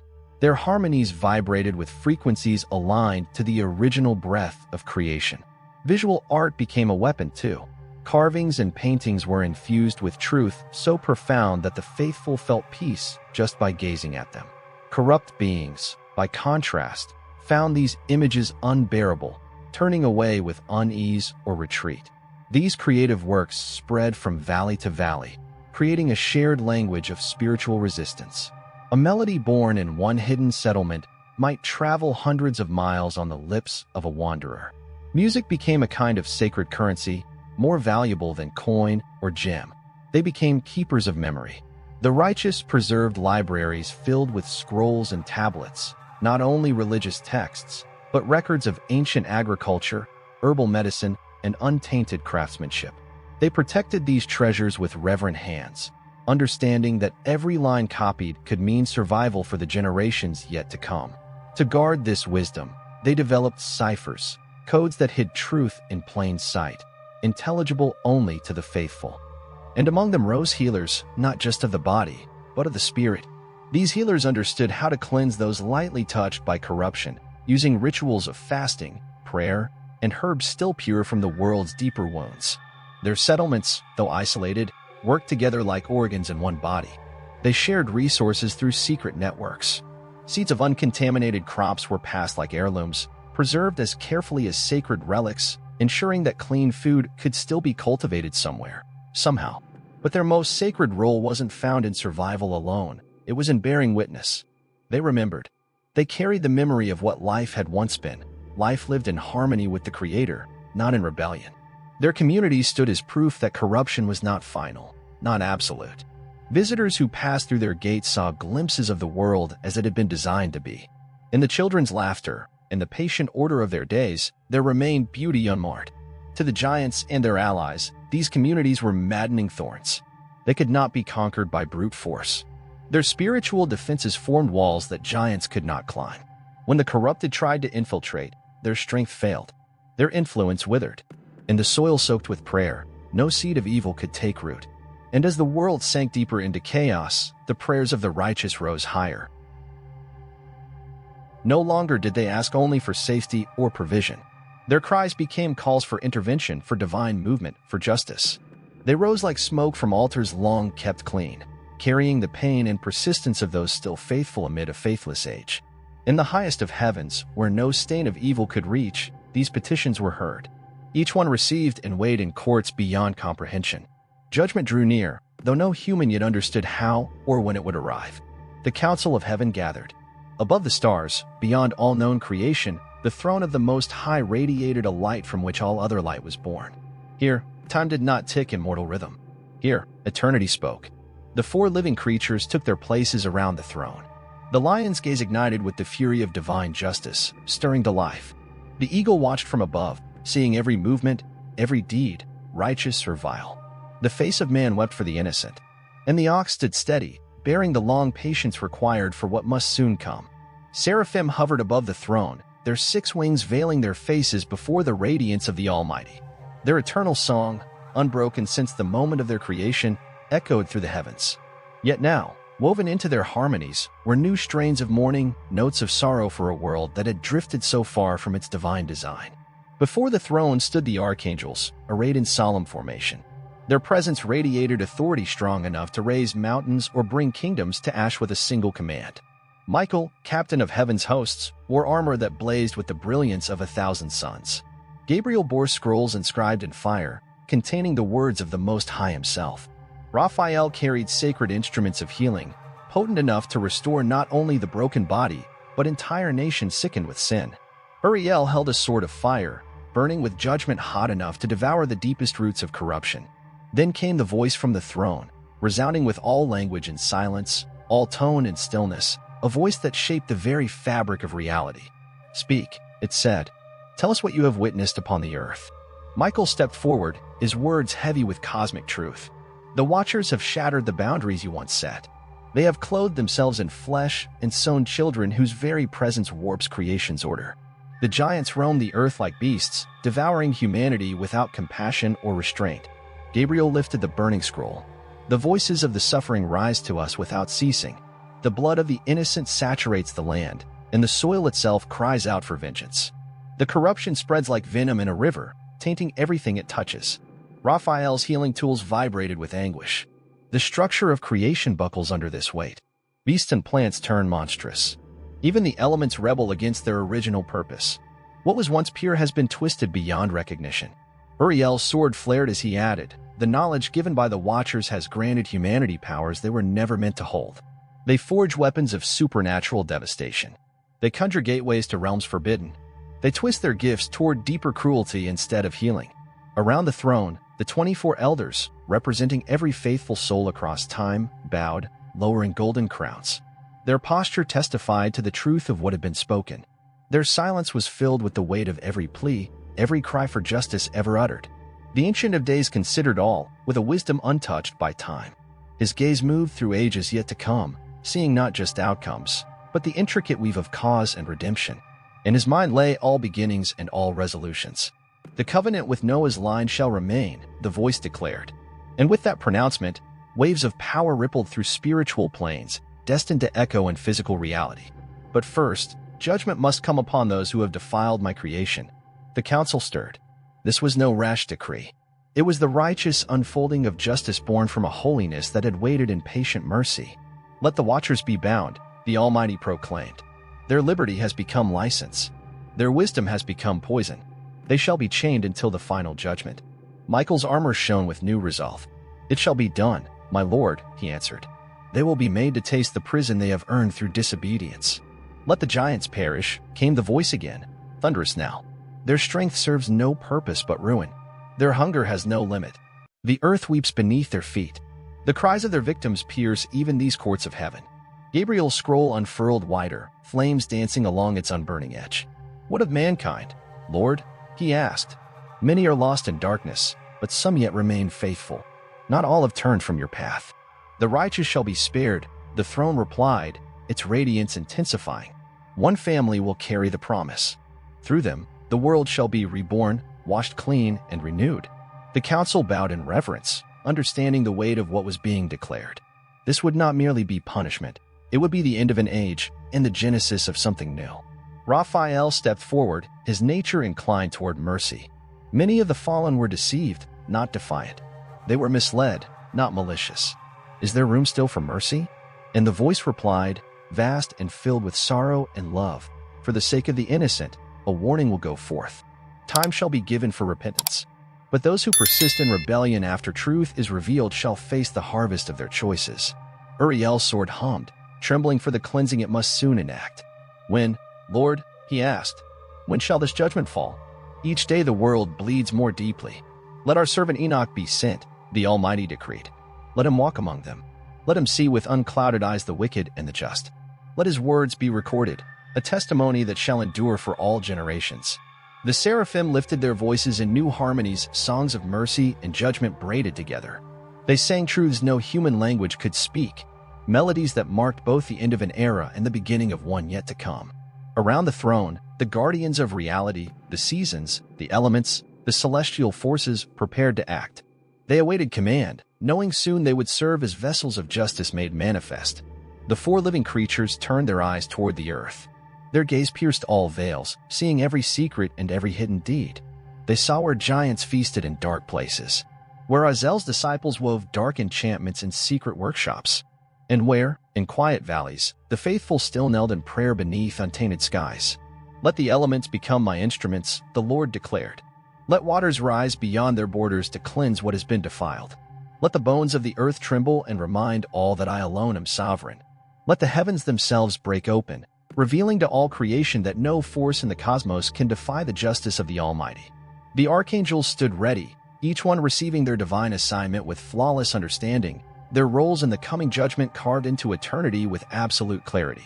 There would be no hesitation, no error, and no mercy for the unrepentant. Michael would go first, leading the charge against the rebellious watchers. His blade would pierce their supernatural defenses like dawn burning through a fading mist. Gabriel would bear messages of warning to the righteous, ensuring that those marked for preservation would receive timely instruction to escape what was to come. Raphael would turn his power toward healing, not only the bodies of the wounded but the very fabric of creation itself, preparing the earth for a rebirth beyond the ashes. Uriel's task was fire. He would ignite the flames of holy judgment, purging every seed and root of corruption until none remained. And then the voice of the throne echoed once more, full of overwhelming love, even as it thundered with uncompromising justice. Even now, amid judgment, we do not forget the love we have for what we made. This cleansing is not vengeance for its own sake. It is restoration pure and absolute, for goodness defiled by long chains of evil choices. The court of heaven understood what was about to unfold on earth would appear severe, even cruel, to mortal eyes. But from the eternal perspective, this was the greatest mercy. To allow the disease of corruption to spread further would mean annihilating every trace of beauty, truth, and hope in creation. This judgment had not been decided hastily, but with perfect insight, weighing every ripple across time and space. It would be total, but not random. It would be devastating, but never without holy purpose. It would be final, yet still hold the door of hope open for any who chose righteousness instead of rebellion. As the council neared its end, each member of the heavenly host received their specific orders. Angels who once guarded now sharpened their swords. Messengers would now carry ultimatums. Even nature itself would be repurposed, from nurturing life to burning away its corruption. Yet through every layer of divine preparation, one truth rang clear. This was a labor of love. A necessary surgery, not an execution. The giants had to fall for humanity to rise again. The watchers had to be bound to restore the sacred balance of heaven and earth. The decisions made in this council would not only reshape creation's surface but transform the unseen threads of existence itself. Generations yet unborn would speak of this day. They would know the Most High had never abdicated his throne, that his justice may wait, but it never fails, and that even in wrath, he remembers mercy. As the archangels prepared to descend, the throne released one final proclamation, a word of eternal authority. Let all creation know that we are God, and besides us, there is no other. Let the righteous find peace. Let the wicked tremble. The hour of reckoning is come. With that, the great council dissolved into radiant light. Its members dispersed, each moving toward their mission across the realms. And soon, very soon, the world would witness divine action on a scale unseen since its foundations were laid. The age of defilement was approaching its last breath, though on earth. So few yet understood just how complete the end would be. Far above the clouds of judgment, in the purest reaches of heaven where light bows low in reverence, a new decision echoed out from eternity. The cries of the broken world had pierced the veil. Blood had cried from the soil. Giants tore flesh. The Watchers mocked their Creator with every arrogant breath. And so God called, not a warrior, nor a prince, but a scribe. Enoch walked with God every twilight. His steps mirrored the heartbeat of heaven. His vision pierced the veil that blinded others. When God spoke, Enoch heard. When God grieved, Enoch felt the weight of every tear. The voice of the Lord was like a thunderclap laced with sorrow. Go to the Watchers, those who abandon the heights for flesh. Tell them what is to come. Their mercy is ended. Enoch bowed his snow-white head. He had seen the horror these beings had unleashed. He had watched children wept for by mothers who would never hold them again. He had listened to the soil cry out beneath the giant's feet. At first light, his journey began. His steps passed through valleys other men feared even to name. Mount Hermon rose before him, the cursed peak where the Watchers first fell. The air around it thickened, heavy with dread no wind could disperse. Even the birds dared not sing. As Enoch climbed, visions poured through him. He saw the first rebellion, 200 angels standing hand in hand, their oath a chorus of blasphemy. Shemihaza's voice echoed from the peaks. Let us swear and bind ourselves, all of us together, never to turn back. They had believed their unity would protect them. They had forgotten the gaze of heaven. Enoch walked past the skeletons of ruined villages, where homes had collapsed into ash and bone. The hunger of the giants had left nothing but devastation. They devoured crops, livestock, and now men, without remorse or pause. The mountain drew near. Twisted cedars reached upward like accusing fingers. Branches whispered truths the earth had buried. Here, heaven's law was broken. Here, lust replaced loyalty. But Enoch climbed without slowing. Age had not dimmed his strength, divine resolve pushed him upward. Each footfall brought him closer to a confrontation destined to ripple through eternity. The Watchers felt him. Even in their corrupted glory, their senses stirred with fear. They remembered this man. Enoch the scribe. Enoch the blameless. Enoch who walks with God. Shemihaza stepped from the shadows first. His radiance remained, but the beauty bore a venomous edge.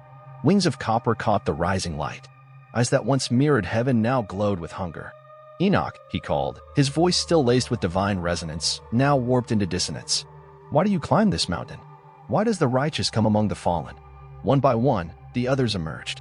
Azel lurked behind crumbling rock, his hands stained from dark instruction. Barakajal drifted among the trees, starlight bleeding from his fingertips. Kokabel hovered above, his knowledge of stars now twisted into astrology of despair. They already knew why he was here. They had known from the moment he began his ascent. I bring a word from the throne, Enoch said, voice unwavering. The Most High has seen your abominations. The earth screams beneath your feet. Judgment is here. The Watchers reeled. Some rose into the skies like circling beasts. Others leaned closer, dread writ across their celestial features. Enoch reached into his robe. He drew out a scroll bound by a seal no force could break. It glowed with internal fire. Letters of flame danced across it, spelling divine decree. Your Creator speaks, Enoch began. You were formed to guard the sacred heights, but you deserted your post. You were meant to serve creation, but you corrupted it instead. You were called to holiness, but you chose rebellion. Each word landed like a blade, cleaving spirit from self. The fallen angels twisted in agony, their pride laid bare. Shemihaza collapsed, wings dragging like broken banners. We only wanted to help, he gasped. We saw humanity's weakness. We tried to make them strong. Enoch's eyes filled, not with wrath, but sorrow. You saw their innocence, and you took it. You saw their wonder, and you fed on it. Love gives. Lust devours. He unrolled the scroll. From it poured the judgment of heaven. You will be bound in chains of shadow. You will remain imprisoned until the day the stars fall. And your children, the giants, will turn on one another until none remain. Their spirits will be cursed to wander the earth, never to ascend, never to find peace. No rest will touch them.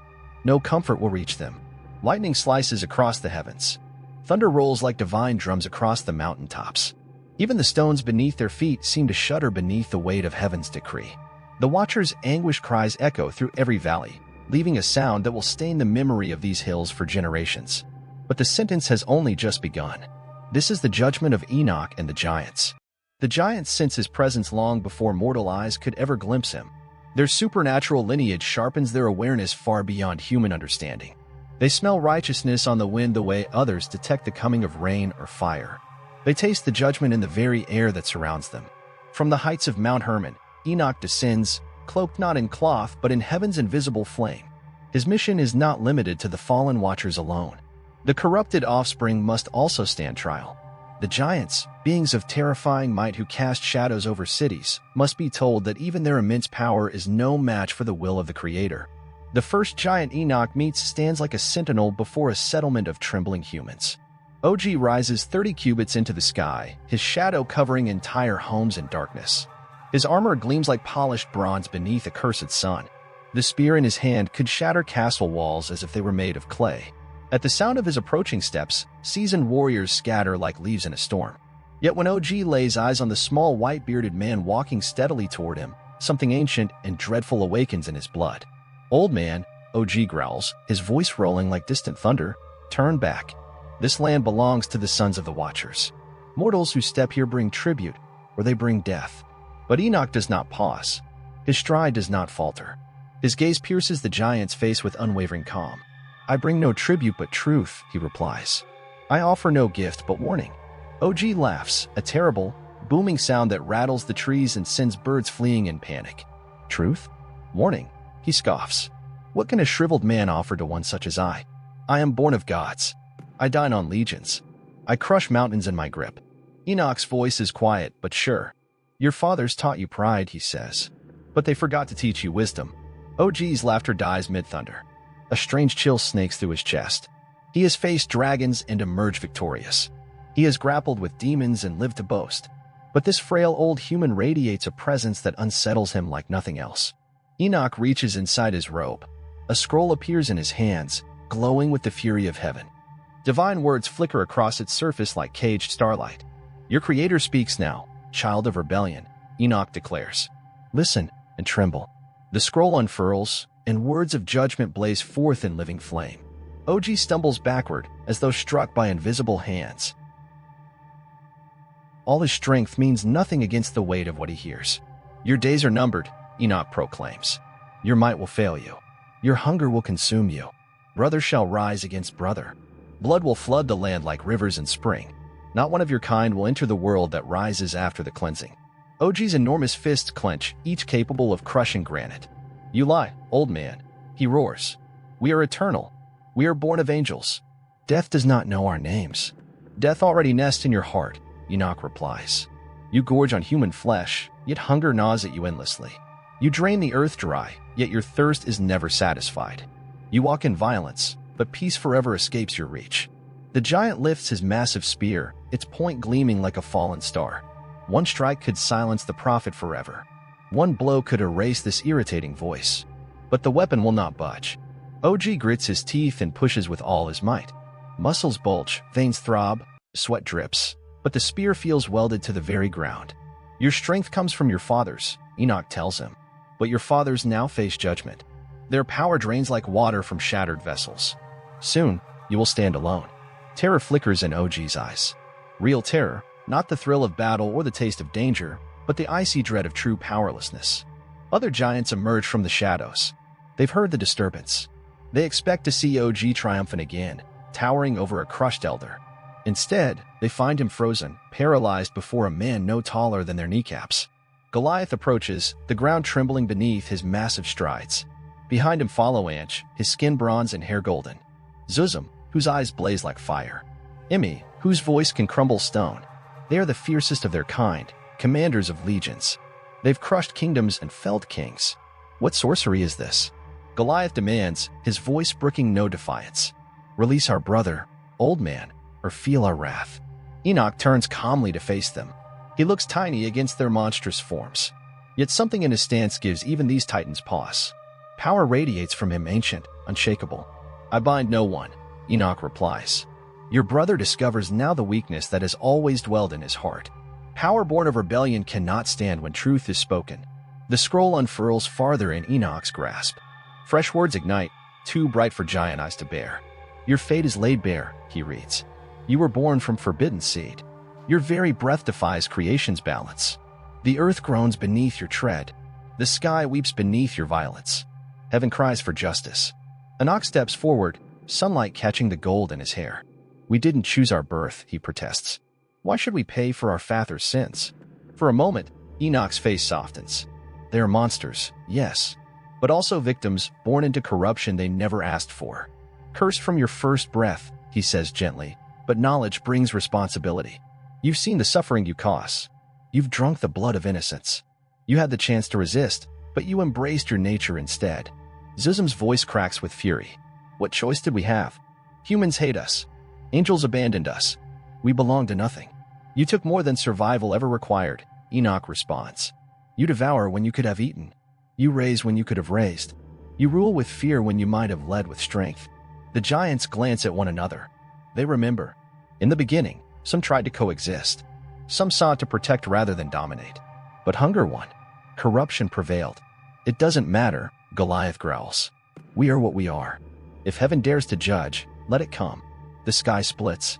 Lightning carves the heavens. Thunder stomps across the hills like advancing armies. The very earth trembles. Enoch raises the scroll high. Flames pour from its surface. Heaven comes, he declares. Prepare yourselves, children of the Watchers. Your reckoning is at hand. The giants run. Their superhuman speed blurs them like shadows before a storm. But they cannot escape what's already inside them. The words burn behind their eyes. The truth chases them through every step. Judgment follows. Whether they face it with courage or cower in fear, it comes. The prophecy nears its end. In a forgotten valley where shadows never fully retreat, the fallen assemble.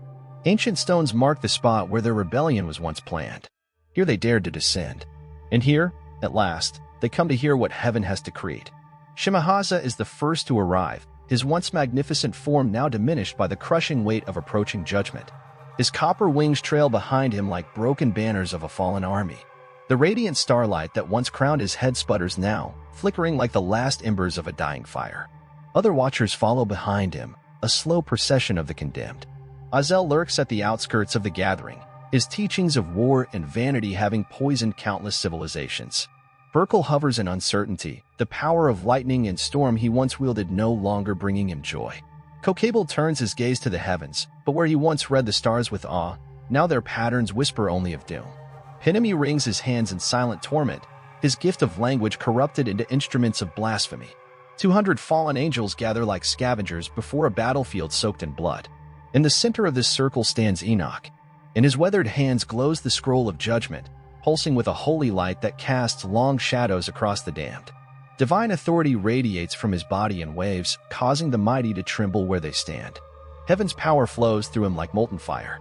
Children of rebellion, he begins, his voice rippling across the valley with clarity not born of earth. Your Creator speaks through me. The scroll unfurls to its full length. Words of fire dance along its surface, declaring destinies that no power can change. The Watchers lean in, fearful yet compelled. They must know the cost of their betrayal. You were made to be guardians of creation, Enoch reads aloud. Instead, you chose to corrupt what was entrusted to your care. You were meant to reflect the light of heaven. But you chose to teach war, seduction, and sorcery, gifts that corrode the soul and blacken the flesh. Shemahaza steps forward, anguish distorting the noble lines of his once glorious face. We only wish to ease their suffering, he pleads. We saw their weakness and hoped to make them strong. You saw their innocence and you chose to steal it, Enoch responds with unsparing clarity. You witnessed their wonder at the beauty of creation, and you replaced it with lust and deception. What you called gifts became curses. Your teachings became chains. Azel bristles, his presence still crackling with the energy of violence. Humans were perishing in ignorance. We gave them knowledge. We made them powerful. You gave them knowledge of destruction, Enoch counters. You taught them to make weapons that turned brother against brother. You showed them vanities that bred envy and ambition. You handed them power, but you stole from them peace. The scroll pulses with brighter fire. Its divine inscriptions sear the eyes of the fallen angels, forcing them to look away. Their sentence unfolds before them like a map charting a descent into total darkness. Listen to your judgment, Enoch proclaims. Shemahaza, leader of defiance, you will be bound with chains no force can break. Buried beneath the earth, you will lie in silence until the final day. No light shall reach you. No comfort will soothe you. Your voice will echo through the void, unanswered and unheard. Shimahasa drops to his knees. His great wings collapse behind him like fallen towers. The weight of his fate crushes him beneath the gravity of divine justice. Azel, master of warfare and vanity, your judgment runs deeper still. You shall be cast into the barren wilderness of Dudiel. Jagged stone will cover your resting place. There you will dwell until you are cast into the unending flame. Azel's arrogance breaks like shattered glass. He stumbles backward as if invisible forces strike him from every direction. One by one, Enoch delivers sentence to every fallen watcher. Barakel, who taught the stars, entombed beneath mountains of eternal frost. Kokabel, who revealed constellations bound in chains forged from frozen starlight. Pinemu, who taught the written word, his tongue sealed, his knowledge twisted into torment. No mercy tempers the pronouncements. No plea can overturn the decrees. Divine justice demands its due. What of our children? Shimahasa asks, his voice splintered like a storm-broken tree. What becomes of the giants? Enoch's expression darkens with sorrow. The scroll reveals visions that would bring tears even to angels. Your offspring will turn on each other. Their hunger will drive them to madness. They will consume their own kind until not one remains.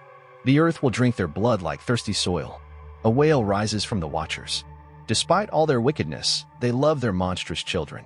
The thought of watching them destroy one another cuts deeper than their own doom. And their spirits will know no rest. Enoch continues without faltering. They will wander the earth as demons, whispering temptation into human hearts, spreading despair wherever they go. Burkle lifts his trembling hands to the heavens. Is there no mercy left? Can nothing be done to redeem them? Mercy was offered when they drew their first breath, Enoch replies. But they chose violence instead of peace. They embraced appetite over discipline. They sought domination instead of service. The scroll reveals more. Cities reduced to ashes beneath giant feet. Weeping mothers holding the remains of their children. A planet groaning beneath a weight it was never meant to carry. You taught your children well, Enoch says with heavy heart. Too well. They learned to take but never to give. To consume, not to create. To rule with fear, not with love. Shimahasa buries his radiant face in his hands. We thought ourselves wise. We believed we could improve heaven's design. Pride whispered lies into your hearts, Enoch answers. It convinced you that rebellion was brilliance. That defiance was strength. But now you understand separation from the source of goodness leads only to ruin. A great sobbing fills the valley. 200 fallen angels weep, not only for their judgment, but for the children they condemned. Their tears soak the ground already wet with the blood of their sins. When will the judgment begin? Kokobel asks, his voice a breath lost in the wind. Enoch gazes toward the horizon, where thunderclouds gather like armies of heaven assembled for war. Lightning dances in their depths, and thunder rolls overhead like the footfalls of divine justice approaching. Even now, he says, the archangels receive their commands. Michael sharpens his sword. Gabriel lifts his trumpet. Raphael prepares his chains. Uriel kindles the flames of purification. Your time is nearly over. The watchers feel it in their very bones, bones not of flesh, but of celestial fire.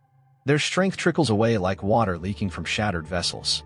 Their connection to the throne grows thin, a fraying tether that will soon snap entirely. Use these final days wisely, Enoch urges. Make what peace you can with your choices. Seek the shadow of mercy where it may still linger, though it cannot undo your fate.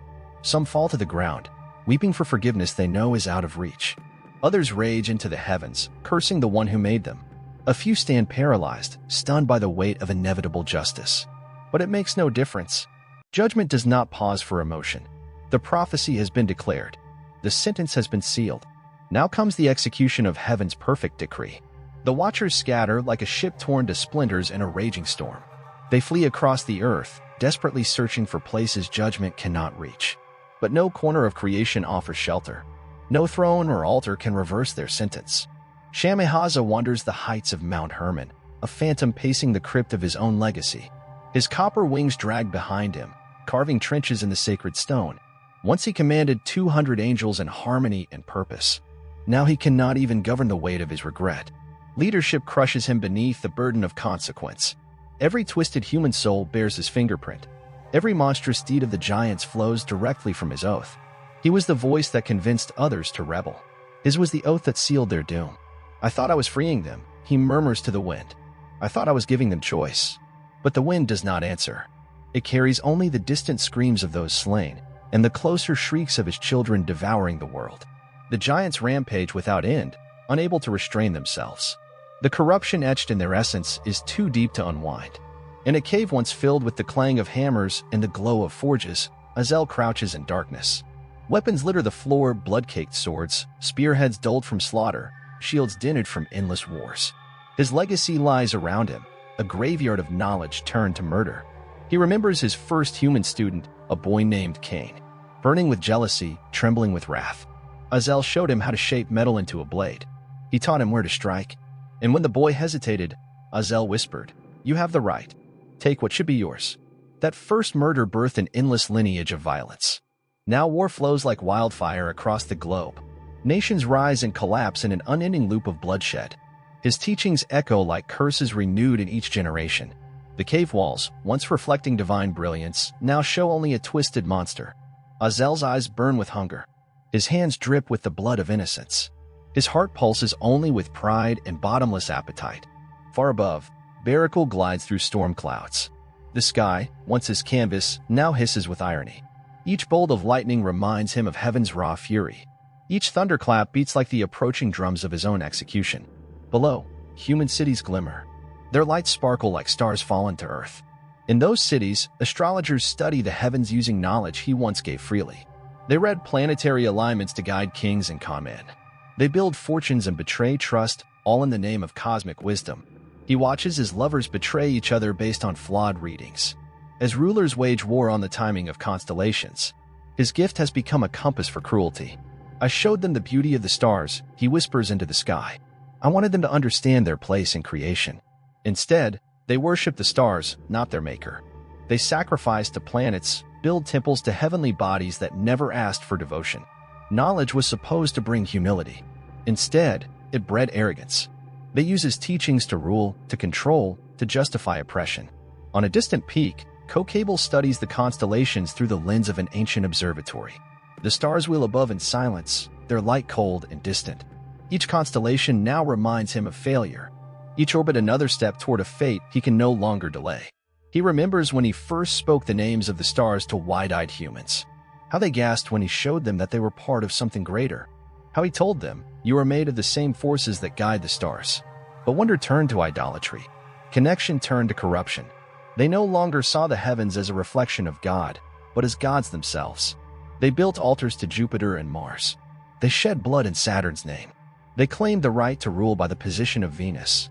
The knowledge meant to unite had become a tool of division. Those who understood the stars used them to dominate those who didn't. Elsewhere, Penemu sits in stillness, clutching tablets etched with the world's first letters. He had given humanity the gift of writing, of memory preserved across generations. Now, he watches that gift turned against its purpose. Scribes in faraway cities pen lies to glorify tyrants. False histories, deceptive contracts, seductive letters aimed at corruption. His sacred gift of language now serves greed and betrayal. The tablets in his lap bear the earliest symbols man ever carved, simple, sincere, innocent. They were supposed to share wisdom, to carry truth from one soul to another across the ages. Now they carry poison. Now those same symbols spread like wildfire through the minds of men, carrying blasphemy with the speed of thought. They no longer preserve wisdom. They encode spells meant to summon spirits from the deep, instruct in poisons that melt from within, and teach refinements of torture so precise they blur cruelty with science. What began as a gift has become one of mankind's most terrifying tools. But Penemu is not the only one tormented by what his offering has become. Serial, who once taught the lunar cycles as a pathway of gentle wisdom, now watches the phases of the moon mark not seasons of peace but the countdown to judgment. Rugel, who revealed the paths of stars and hopes of sharing divine order, now finds those same cosmic paths twisted into symbols of impending ruin. Each fallen angel bears the weight of watching his particular gift turn back against the very world it was meant to uplift. They gather in small, broken groups, hoping for comfort in each other's presence, but even their conversations sting like salt in a wound. Every spoken word drags up another memory, another turning point, another choice that pushed creation closer to the edge of annihilation. "Perhaps we can run," Burkle says one night, desperation raw in his voice. "If we hide deep enough in the earth, maybe this storm will pass over us." But Shamahaza shakes his head slowly, his once mighty wings now limp with despair. "There is no hiding from the Most High," he says. His eye pierces every shadow. His justice knows no blind spots. Then let us fight. Azel snarls, the fire of war still alive in his voice. We are not without power. Our children remain. Let heaven try to take us. Fight with what? Kokoel snaps, bitterness curling each word. Our power was a stream flowing from the throne we abandoned. Now we're just twigs, drying in the sun, splintering by the hour. Silence follows, thick as judgment. His words, grim though they are, strike home. The truth wraps itself around each of them like a burial shroud. Their power bleeds away with every tick of the clock. The light that once radiated from them dims by the day. They know it in their bones. Soon, they will stand naked before the archangels. No strength left to resist, no lies left to twist. A few even entertain the thought of returning, pleading for forgiveness, begging for mercy.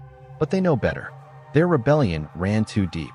The stains on their spirit cannot be washed away by tears alone. Justice now demands a payment no apology can cover.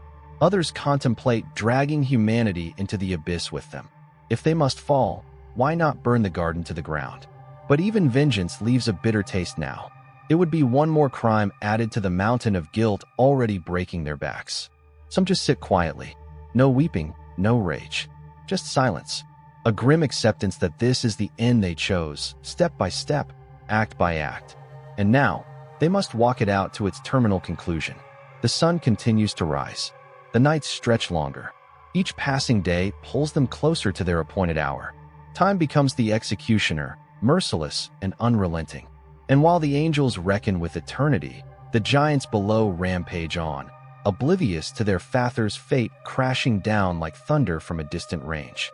The corruption they have spread grows unchecked, metastasizing through soil, sky, and soul. The very earth seems to scream beneath their weight.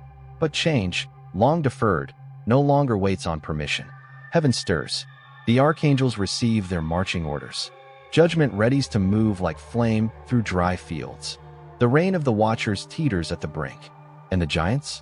They begin to devour each other. The cords that once held them in common purpose begin to unravel. Suspicion eats through trust. Paranoia corrodes alliances. Their insatiable hunger, once directed outward at mankind, now turns inward, twisted like a serpent biting its own tail. It always starts with hunger. Always. A curse etched into their very marrow. The world has grown barren under their weight. Cities are husks. Populations are gone. Herds have vanished like smoke in wind. Forests stand stripped bare. And still, their stomachs roar with need. OG, massive and crowned in armor, stands before the last ruin of human settlement in his territory. Smoke rises from the ruins like the last breath of a dying world. Even after consuming 3 entire families that morning, his hunger claws at him like a beast. There is no relief, only the ache. Then from the east, his brother Anak appears, leading a ragged band of lesser giants. Their eyes are sunken and wild, their lips cracked, but the need behind their gaze is unmistakable. Brother, Anak calls, voice hoarse, golden hair thick with dried gore. Share your feast. We hunger. OG doesn't move. One hand rests lazily on a war club carved from cedar. There's no feast, he replies, voice flat. What's left wouldn't fill a rat. Then let us hunt, Anak offers, trying to sound hopeful. There must be more villages beyond the next rise. But OG knows better. Scouts have returned empty-handed for weeks now. His kingdom is a graveyard. The prey is gone. There are no more humans, OG says, his voice hollow as wind in a crypt. We've eaten them all. A murmur spreads through the gathered giants. Fear ripples behind their golden eyes. What happens when the hunger remains, but nothing is left to devour? Anaka's gaze slowly drifts to Zuzum, the smallest of the group. The young giant still appears strong, his flesh tight, his skin unmarred. The others follow his gaze. Zuzum takes a step back. Perhaps, Anak says, voice dripping like venom. Our definition of prey needs to expand. The silence that follows is heavy as a hanging rope. Zuzum turns to flee, but too late. The others circle him. Their breath hitches. Their mouths water. He is no longer brother. He is meat. They fall upon him with a roar. His screams echo across desolate lands, a last song of innocence devoured. His blood paints the dirt like spilled wine. His flesh fills their bellies for a moment. Then the hunger returns, stronger than before. And the word spreads. Brother eats brother. The last taboo has crumbled. In every direction, the same madness takes root. Goliath, mightiest of them all, commands the largest clan, his legend built atop mountains of bones. But even he feels the whispers. His own warriors stare too long. His most trusted lieutenants glance at him with hunger behind their eyes. They don't just envy his power. They want to taste it. He senses it, but says nothing. He too hungers. Leadership means nothing now. Hunger is king, and the king is starving. The moment arrives at midnight. Ashdod, his fiercest general, approaches silently, a spear of human bone gleaming in moonlight. "My lord," Ashdod says, his voice low and taut, "the hunger is unbearable. We must feed." Goliath meets his gaze. "On what?" he asks, though he already knows the answer. "On whatever offers itself," comes the reply. They circle each other in silence. Two titans on the edge of madness. There will be no mercy, only meat. Ashdod strikes first. The bone spear flashes. Goliath twists, but the tip carves a deep line across his ribs. Bronze blood pours like lava. The scent drives both into frenzy. They crash together like colliding worlds. The trees around them explode into splinters. And above it all, heaven watches. Justice sharpens its blade. Judgment waits no longer. The earth splits and groans beneath the tremendous force of their struggle. Cracks spiderweb through the shattered landscape as Goliath and Ashdod clash with the fury of primeval beasts. Around them, lesser giants gather like vultures awaiting the death of a lion, their eyes gleaming with a different hunger. Whoever survives this battle becomes their next meal. Goliath's strength, in the end, proves superior. He snaps Ashdod's neck with a sound like ancient cedars breaking in a storm. But the victory is hollow. No glory waits at the end of this path. He knows the others still hunger, and soon they will turn on one another, and eventually on him. Across the scarred earth, the same grim scenes play out wherever the giants still gather. The strongest devour the weakest in savage contests of dominance. The titanic devour the colossal. Each battle becomes a natural disaster, every death a seismic wound upon the world. Apex predators fight for supremacy in showdowns that crack the crust of the earth, flatten forests, and dam up rivers. Anak corners his cousin M at the edge of a once flourishing river valley, now choked with ash and the bones of prey. Their duel lasts 3 days and 3 endless nights, every blow altering the very topography. In the end, Anak alone stands amidst the rubble, feasting on the body of his kin beneath a sky too exhausted to weep. On another front, the mighty Zamzamim, who once ruled by numbers, turn on each other in a frenzy of betrayal. Their settlement becomes a bloody lake by morning. Only 2 emerge alive, each knowing only one will live to see the next nightfall. Even the most respected of their kind meet dishonorable ends. Shurshai, feared across nations, is butchered in his sleep by his own offspring. They carve him open while his blood is still steaming, tearing the flesh from the bones of the very being who gave them life. And this isn't an isolated betrayal. It spreads like a fever. Those who had resisted the madness find it pulling them into its current. Hunger breaks down every boundary, philosophy, kinship, memory. What begins in resistance ends in consumption. The ones who held back the longest fall the hardest, their restraint twisted into a deeper craving. Some giants take to the new appetite with glee. Discovering their own kind's blood gives a satisfaction deeper and more intoxicating than anything human flesh ever offered. The supernatural properties of their cannibalized brethren feed them in ways they never imagined. It becomes an addiction, the high of murder paired with the sustenance of corrupted divinity. Entire regions become graveyards of giant wars, mountains leveled, rivers diverted, valleys erased under collapsing titans. OG eventually tracks down his brother Anak near the shattered remnants of an ancient city. Both of them, though still powerful, look gaunt and worn. The energy in their flesh, once regenerative and unbreakable, now struggles to keep pace with their ravenous needs. Each has consumed countless others. Each feels the end drawing near. "Brother," OG calls across the scorched plain, "we finish it here." Anaka's golden hair, now streaked with silver, nods once. Blood cakes his arms. "One of us feeds. One of us ends. That is the law." And then they run, smashing together like two gods in decline. Their battle is a cataclysm. Shockwaves roll outward for hundreds of miles. Oceans respond with distant tremors. Skies grow dark with dust. They fight for 7 days and nights without ceasing. No clear advantage emerges. Their strength is too evenly matched. Their hatred too old. Their pain too rooted. On the 8th day, they fall together, twin blows striking hearts that no longer burn with purpose. The blood that leaks from them poisons the ground in ways no fire ever could. No future grows where they die. Their story is not unique. All across the earth, giant clans collapse into self-slaughter. The creatures that once stalked the land as gods devour themselves to extinction. The ground, once shaking beneath their war cries, now lies still. No more thunderous steps. No roars that split the heavens. No shadows darkening villages. The silence that returns is not a healing one. It is haunted. Their corruption lingers, soaked into the soil and water. Their last screams echo across thresholds where the physical world touches the unseen. Their spirits do not move on. They linger, restless, ravenous, waiting for something new to possess, to consume, to corrupt. And then, the silence breaks. Heaven responds, not with a whisper, but with the roar of eternity. The throne room ignites like a second sun, burning brighter than 1,000 stars. For figures stand before the Almighty. The archangels, radiant and terrible. Their presence shakes existence itself. Their judgment clothed in form. Michael steps first into the light. His sword burns with eternal flame, consuming nothing, cleansing everything. His armor reflects the blinding glory of the throne.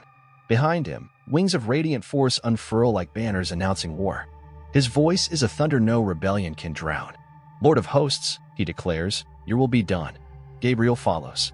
In his hands, a trumpet gleams with the essence of starlight. His body shifts between messenger and warrior, prophecy and execution. Words from the throne move through him like symphonies of fate. Hope and fear rise in equal measure wherever he steps. Raphael stands firm, healing chains coiled around his arms like living serpents of gold. His power mends and binds.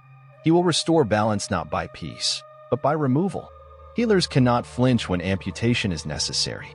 His mercy is the scalpel that cuts out rot. And Uriel, reed in living fire, his presence feels like judgment made manifest. Flames dance along his frame, not as weapons, but as truth itself, truth that burns away the impure. What resists will not be spared. What cannot be cleansed will be turned to ash. The archangels are ready. Justice descends. He brings the final remedy for wounds far too deep for any other healing to touch. Then the voice of the Most High thunders, not just through the sky, but across every realm of reality, heard by angels, spirits, and all of creation. The Watchers have defiled what I made good. Their children ravage the earth. The cries of innocent blood rise constantly to my throne. Let justice pour down like unrelenting rain upon the wicked. The 4 archangels bow in perfect unison, radiant with divine resolve. Light erupts from their forms, flooding the heavens as they begin their descent. Each one bears a force strong enough to tear apart mountains or forge new stars. But together, they are the totality of heaven's judgment, aimed with purpose at the world in need of cleansing. Michael moves first. In less than a heartbeat, he travels from the center of heaven's throne to the ancient peak of Mount Hermon, the cursed summit where the Watchers first made their treacherous oath. The skies combust around him, his radiance igniting the very air. Shamahaza, hidden among the stones of his original betrayal, feels the archangel's presence pierce his soul like a burning blade. The fallen leader steps forward into the firelight, his great copper wings stretching outward in defiance. Their shimmer, once glorious, now pales before Michael's overwhelming brilliance. Michael, he says, his voice tight with tension, you've come to end us.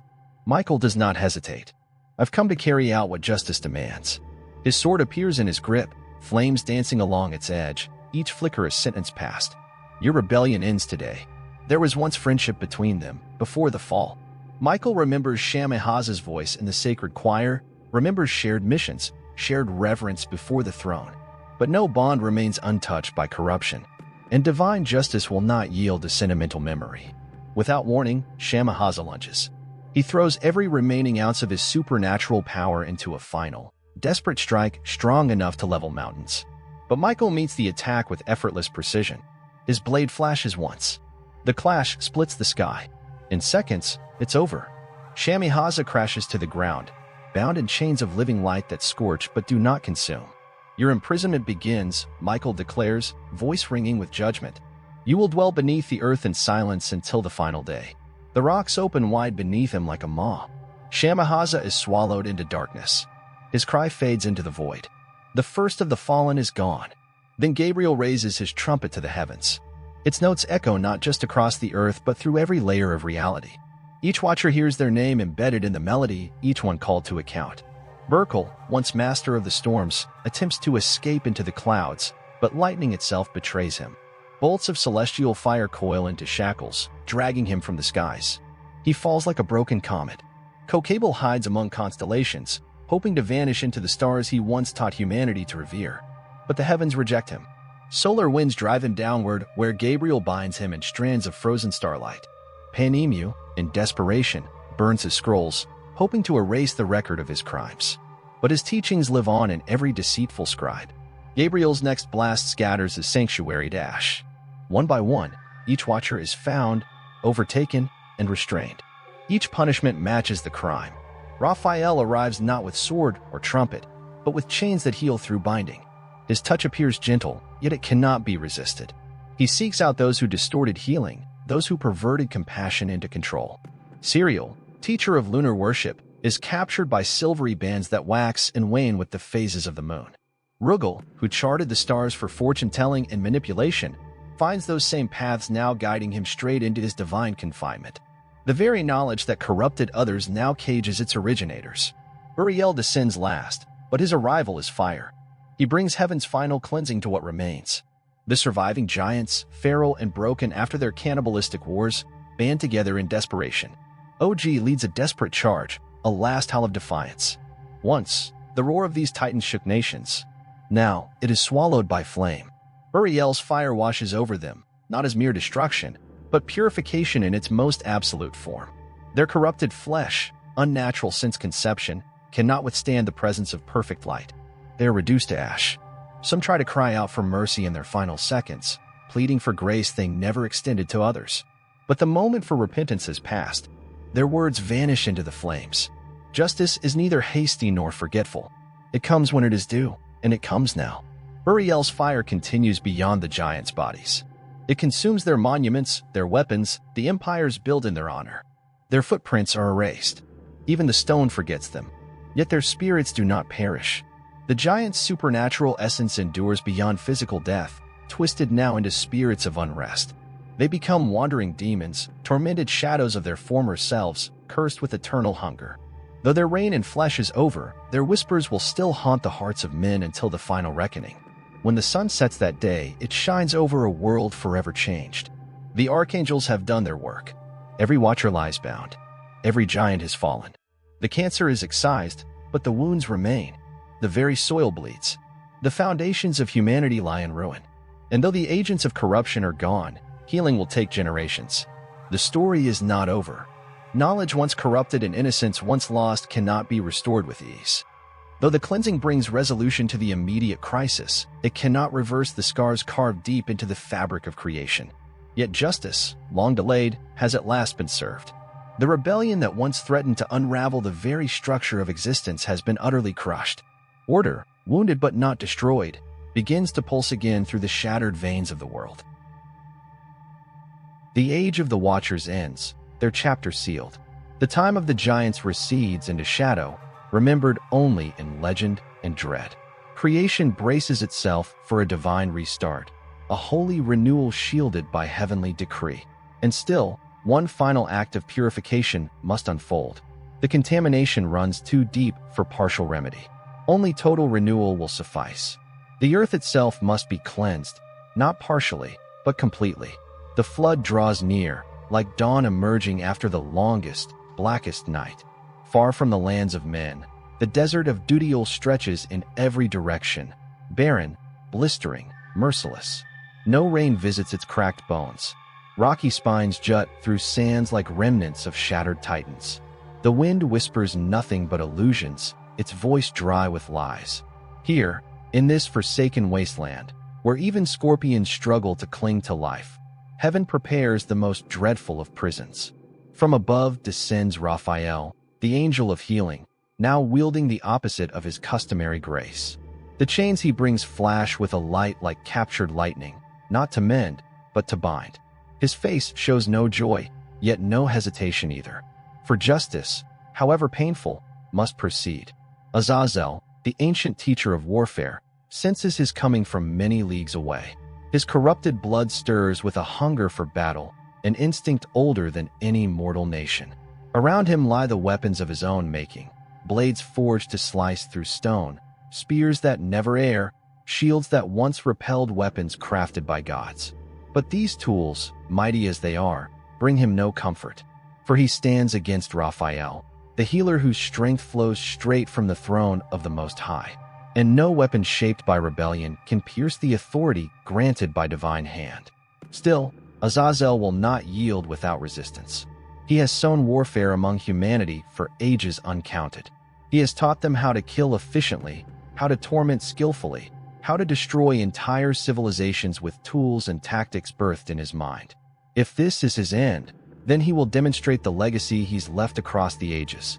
He lifts into the air, his wings, once radiant with celestial light, now shadows of the chaos he spread. His very movements echo violence, each motion a threat, each breath an invitation to war. Raphael waits, patient, calm. He understands what Azazel needs, a final chance to prove himself through conflict. And so he grants this last expression of the warrior's pride before carrying out eternal judgment. Teacher of violence, Raphael says, his voice both mournful and resolute. Your lessons have yielded bitter harvests. Cities burn because of you. Armies march in your shadow. Blood covers the earth where your whispers led them to draw first blood. Azazel sneers, the sound devoid of humor. I made them strong, he says. If they chose conquest, that was their freedom. You taught that power comes through killing, Raphael responds. You showed them that to win is to destroy, and to seek peace is to be weak. You offered them a world ruled by terror. And I gave them truth, Azazel growls. This universe rewards the strong. The weak are prey, always have been. Better they learned from me than from the jaws of their enemies. No, Raphael replies. You taught your truth, birthed in rebellion, nurtured in pride. You saw only war, and so you taught only war. Azazel draws his most terrible weapon, a blade forged from the first metal ever smelted by man under his instruction. It drinks in light, a sword that gleams with void. Its edge has slain angels and mortals alike. It hums with the rage of countless slain. Enough words, Azazel says coldly. If heaven seeks to bind me, let it earn the right. He attacks like a falling comet. The blade flies toward Raphael's chest, a strike perfected by ages of war. He moves with grace born from bloodshed, fluid and deadly. Raphael meets him with chains that sing through the air like a choir of judgment. Each link brims with power that could anchor a mountain. They wind around Azazel's blade and drag it downward like gravity intensified. His greatest weapon becomes his undoing. The desert becomes their battlefield. Where Azazel steps, sand fuses into glass. Where his strikes land, new canyons rip open. His fury remakes the land in violence. But Raphael's strength is different, deeper, more stable, unwavering. The chains multiply, winding around Azazel's limbs, tightening with every motion. He thrashes, but each movement gives the bonds more leverage. He gasps, sweat running down his face. You cannot hold me, he hisses. I am war itself. I am the hunger for dominance that stirs in every soul. Bind my body, but my teachings will live on. They will be remembered, Raphael agrees, sorrow deepening in his voice. But they will be overcome. Humanity will grow. They will learn other paths. They will find strength in protection, in mercy, in unity. Azazel spits bitter laughter. You know nothing. I have felt their hearts.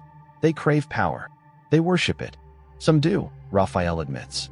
But others resist. Others love. Others build. Your way is not the only way. The final chains complete their work. Azazel's body is bound from crown to sole. His wings are pinned. His weapons lie broken at his feet.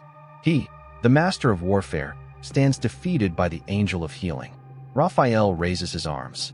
The earth trembles. The desert splits. A chasm opens beneath Azazel, its jagged edges like fangs of the ancient deep. Into the pit you go, Raphael says. Let rough stones cover you. Let darkness be your cell. Let silence teach you what battle never could. There you will remain until the last day. Azazel makes one final effort. His muscles bulge. The chains resist. This is not justice, he cries. This is revenge in holy disguise. This is consequence, Raphael replies gently. Every act leaves a mark. You chose violence. Now violence consumes you. You made war your gospel. Now war becomes your grave. Justice is not vengeance. It is balance restored. The fallen angel plummets into the abyss, vanishing into depths where even light dares not follow.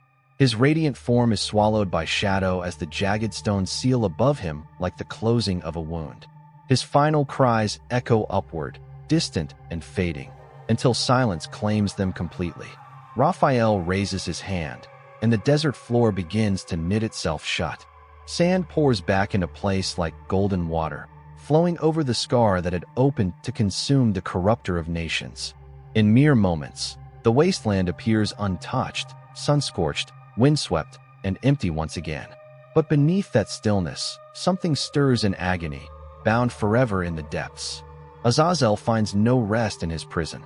The stones press against him from every side, their edges cutting deep enough to wound, but never to kill. Pain becomes his constant companion, but death remains forever beyond reach. The darkness pulses with memory, a living shroud that whispers back to him the teachings he once gave to men. Visions flood his mind unbidden. Cain lifting the first blade forged by his guidance. Armies marching with weapons conceived in his thoughts. Smiths tempering new alloys designed to kill faster, from cities lost in legend to modern halls of war. His legacy pours forward through human history like a river of poison through a fractured vein. Yet he also sees what he never expected. Men and women rejecting his wisdom. Warriors refusing to kill the unarmed. Generals ordering mercy when vengeance would be easier. He sees courage born not of destruction, but restraint. His teachings encounter rebellion, not in heaven, but in the human heart. This does not soothe him. The knowledge burns worse than torment, because it shows what might have been. He could have taught better. He could have forged instruments of peace. He had that power, and he used it for ruin. The weight of his failure becomes heavier than the chains. Every decision, every lesson, every forged blade now screams back at him with unbearable clarity. He cannot break the chains.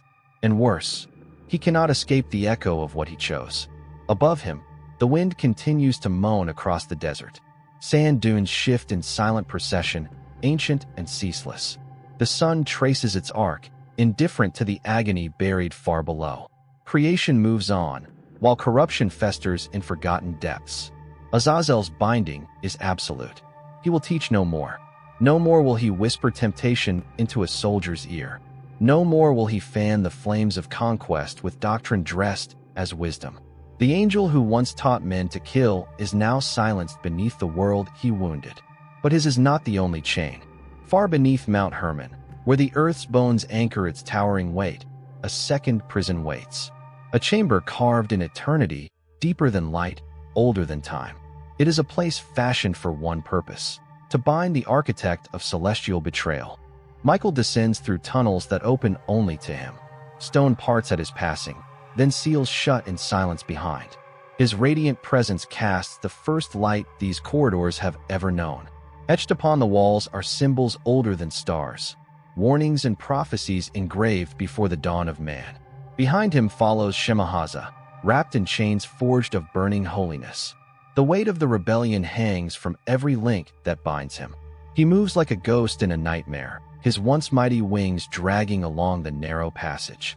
The copper feathers scratch the stone, leaving scars that will remain until time itself unravels. Did you know? Shemahaza asks, his voice echoing unnaturally through the dark. When we took the oath atop Hermon, did you know what would follow? Michael's stride does not slow. We all knew, he replies.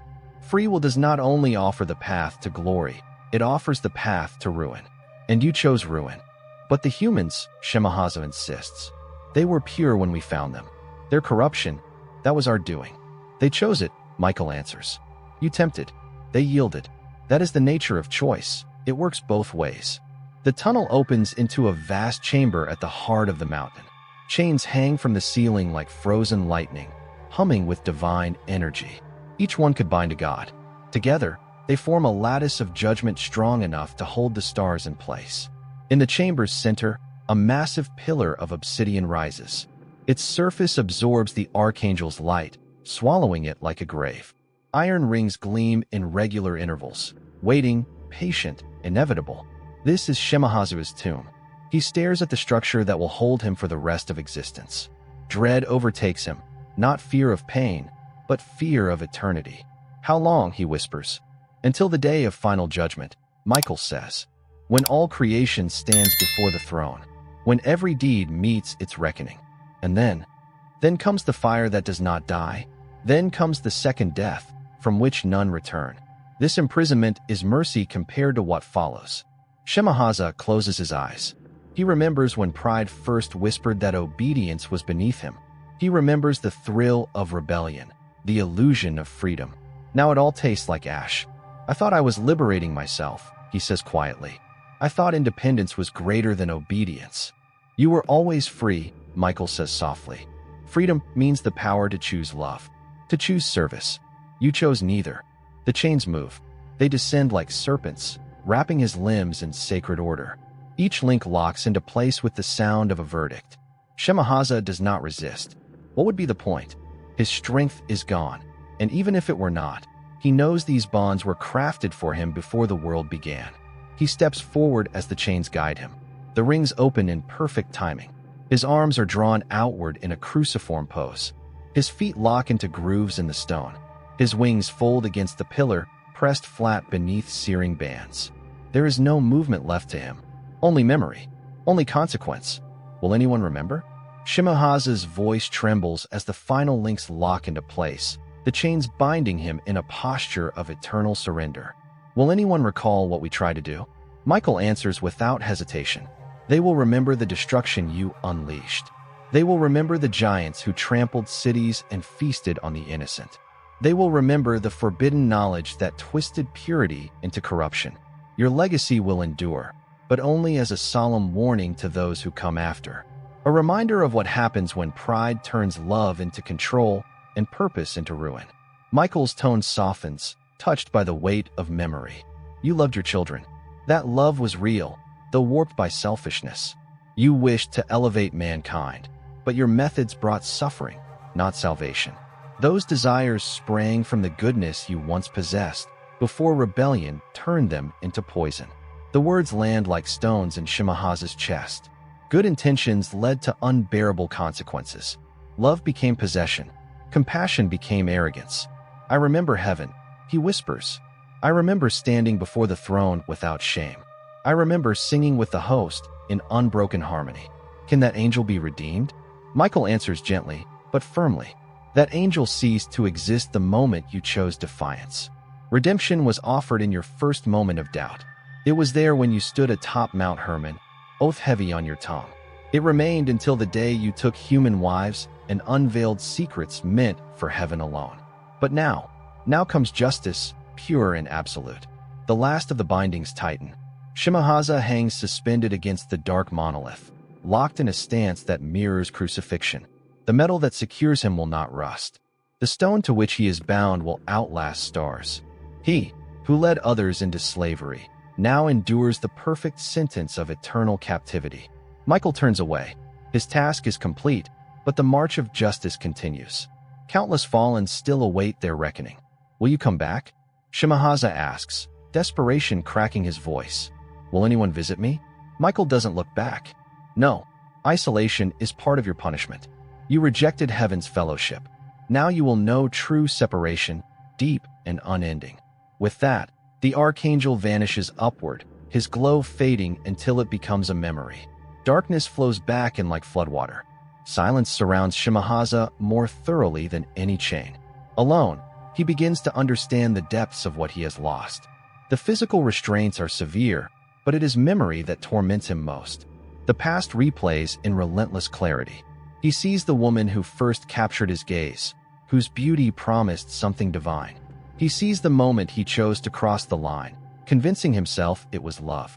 He sees the children he fathered, half angel, half human, and remembers the pride he felt. But their eyes became mirrors of violence. Their appetites turned the world to ash. Every vision slices deeper than the last. He might have taught healing, wisdom, wonder. Instead, he taught ruin. Instead, he taught power. The weight of responsibility becomes unbearable. Time loses shape. Eras pass above him. Glaciers form and melt. Kingdoms rise and decay. But within this buried prison, nothing changes except the sharpness of regret. In the stillness, clarity blooms like a slow poison. There are no distractions now. Only truth. Only consequence. Only the complete recognition of what rebellion has cost. The chains around his limbs become symbols of grace compared to the remorse that wraps his soul. What once seemed strength now looks like madness. And in this quiet, Shimahaza learns the first lessons of judgment. He learns that eternity begins with memory, and that the lake of fire waits not to punish blindly, but to confirm what the heart has already judged. The downfall of the giants begins on a morning unlike any other. The sky is pale. The sun rises, but without warmth. Og, the strongest among the Nephilim, stands atop a grotesque tower built from the bones of humans. He reaches for a boulder, intending to crush a fleeing band of survivors. But his hand shakes. The stone does not move. A foreign sensation chills his blood. Weakness. He roars in fury. The sound still echoes like thunder, but less than before. His power wanes. Elsewhere, his kin experience the same. Ha bellows, but the ground trembles only faintly. Mahez finds his steps sluggish, his limbs unresponsive. The godlike abilities that once defied physics now erode with every moment. In confusion, the giants turn on each other. Old grudges explode. Territory becomes war zone. Battles erupt where alliances once stood. Mountains split beneath their fury, but even those shatterings leave them drained. Their blows, still titanic, cost too much. They recover slower. They bleed longer. And their enemies begin to notice. Shackled and buried, the Watchers can only witness their children's collapse. Shimahaza, suspended in darkness, feels every death like a phantom pain. Azel, silent in his rocky tomb, rages but cannot act. Meanwhile, among the remnants of humanity, something shifts. A trader ventures near an abandoned feeding site and watches giants move clumsily, hesitantly. Their urgency is gone. The whispers spread. The monsters grow weak. And in the broken corners of the earth, rebellion against the giants stirs once more. A shepherd once refused to surrender his flock when a towering giant demanded it. A village elder stood his ground when ordered to offer up his people as sacrifices. These acts of defiance, once unthinkable, now found footing as the giants' responses grew slower, their once immediate fury dulled by a creeping weakness. The fading of their power accelerated with each passing moment, as divine judgment continued its unrelenting work. What had seemed eternal, as immovable as the mountains, revealed itself to be temporary. Gifts on loan from the heavens, now being reclaimed. The giants found themselves imprisoned in bodies that felt heavier with every breath. Their immortal strength, which had once seemed inexhaustible, now bled away like water from a cracked vessel. Driven by a hunger that could no longer be satisfied by human flesh alone, they grew desperate. No longer feasting by choice, they now devoured anything they could reach. Entire forests vanished, hillsides were stripped bare, lakes drained dry, all in futile attempts to silence the gnawing void within. That desperation warped their minds. Some giants turned on each other, cannibalizing their own kind with the same brutality they had once inflicted upon mankind. Others collapsed where they stood, their enormous forms becoming permanent monuments of their downfall. The once mighty infrastructure of giant civilization began to fall apart. Towers made of human bones crumbled and quakes the giants could no longer control. Bridges that had stretched across massive canyons collapsed as the supernatural energy that bound them evaporated. Human survivors, long hidden in caves, ruins, and forests, began to emerge. They tiptoed through the skeletal remains of strongholds that had once inspired terror, scavenging what they could from the wreckage. Freedom, long denied, now returned, but it carried unfamiliar burdens. The world the giants left behind was a broken mirror of what it had once been. Landscapes had been reshaped by their wars. Rivers had been rerouted for their convenience. Entire regions stood desolate, scarred by centuries of feeding and conquest. Humanity faced the monumental task of rebuilding a civilization from scattered fragments. Knowledge once shared freely had been lost, buried under layers of fear and survival instinct. The basic arts of agriculture, construction, and governance were almost foreign concepts to generations raised in hiding. Some human enclaves had managed to preserve these traditions. These hidden communities became sanctuaries of renewal. From their wisdom came teachers who spread across the ruined world, helping survivors remember how to coax crops from soil, raise walls from stone, and build just societies founded not on domination but on law.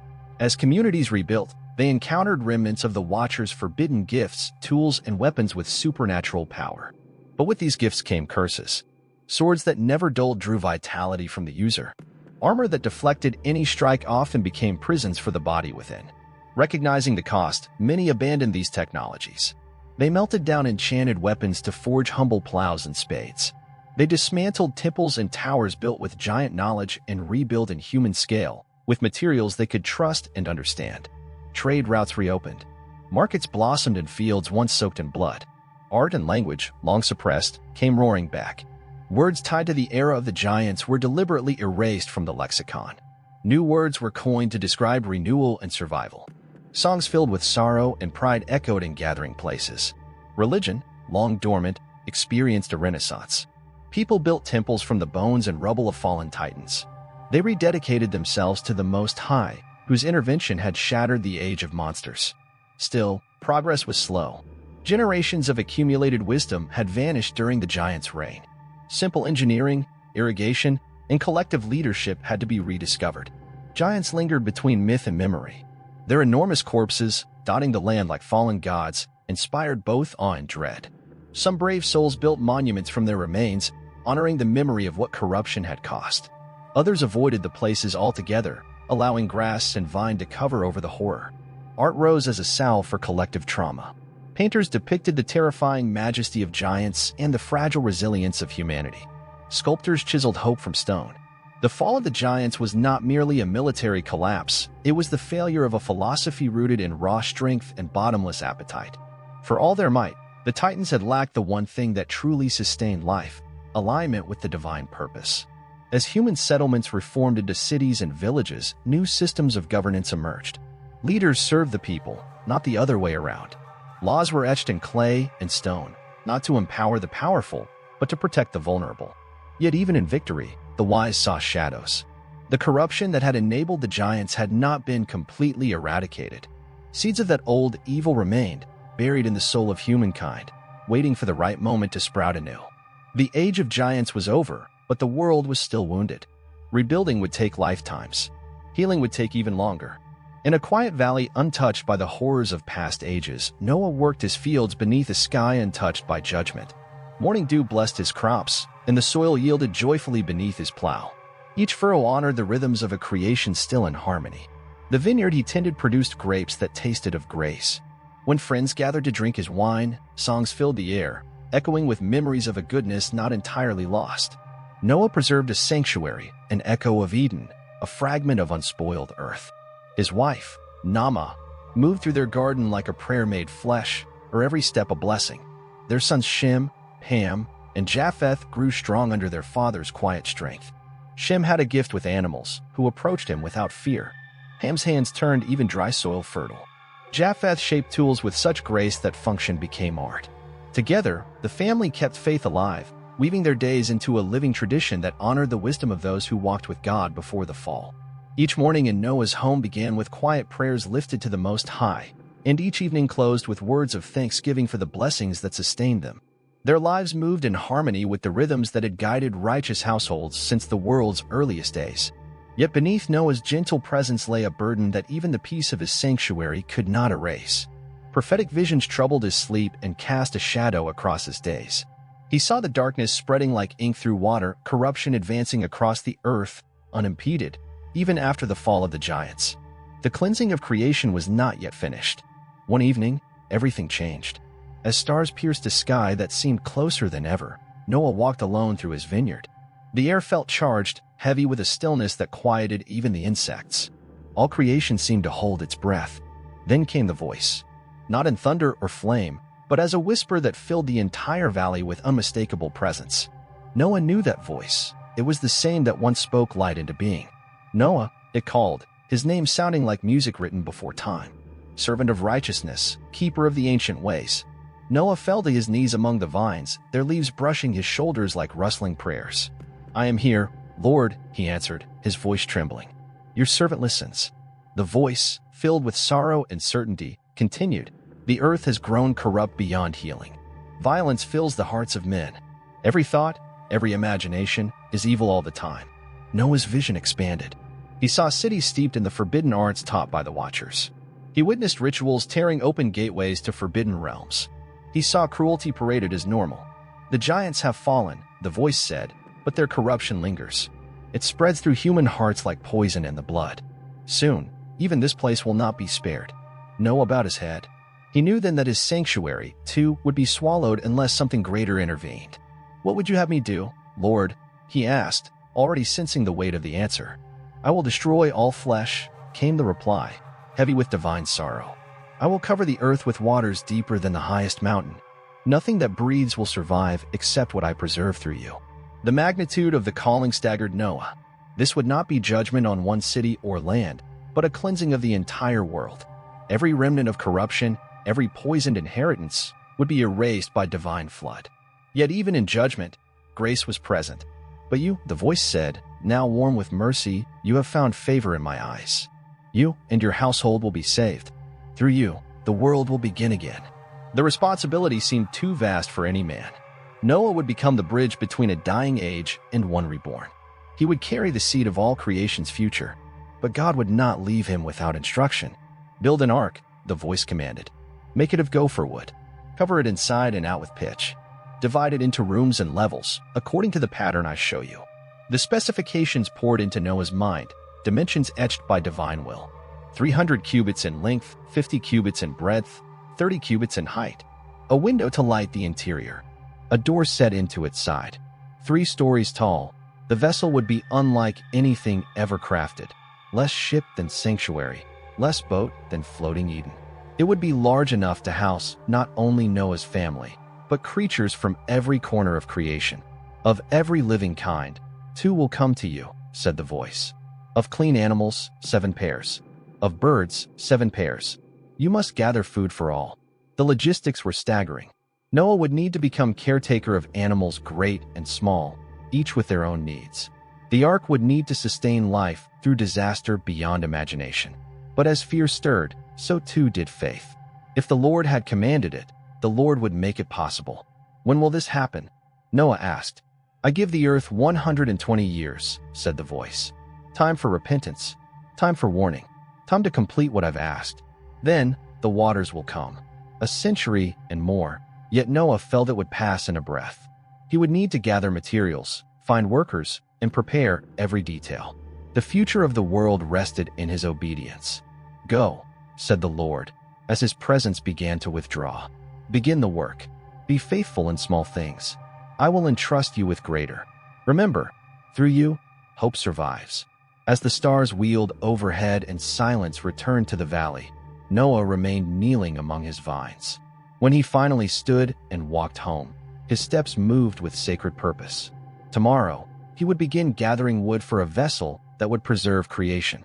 Tonight, he would pray for strength to be worthy of the trust the Most High had placed in him. His once mighty strength, the supernatural force that had enabled him to crush mountains with bare hands, now flickered weakly, like a flame struggling in the wind.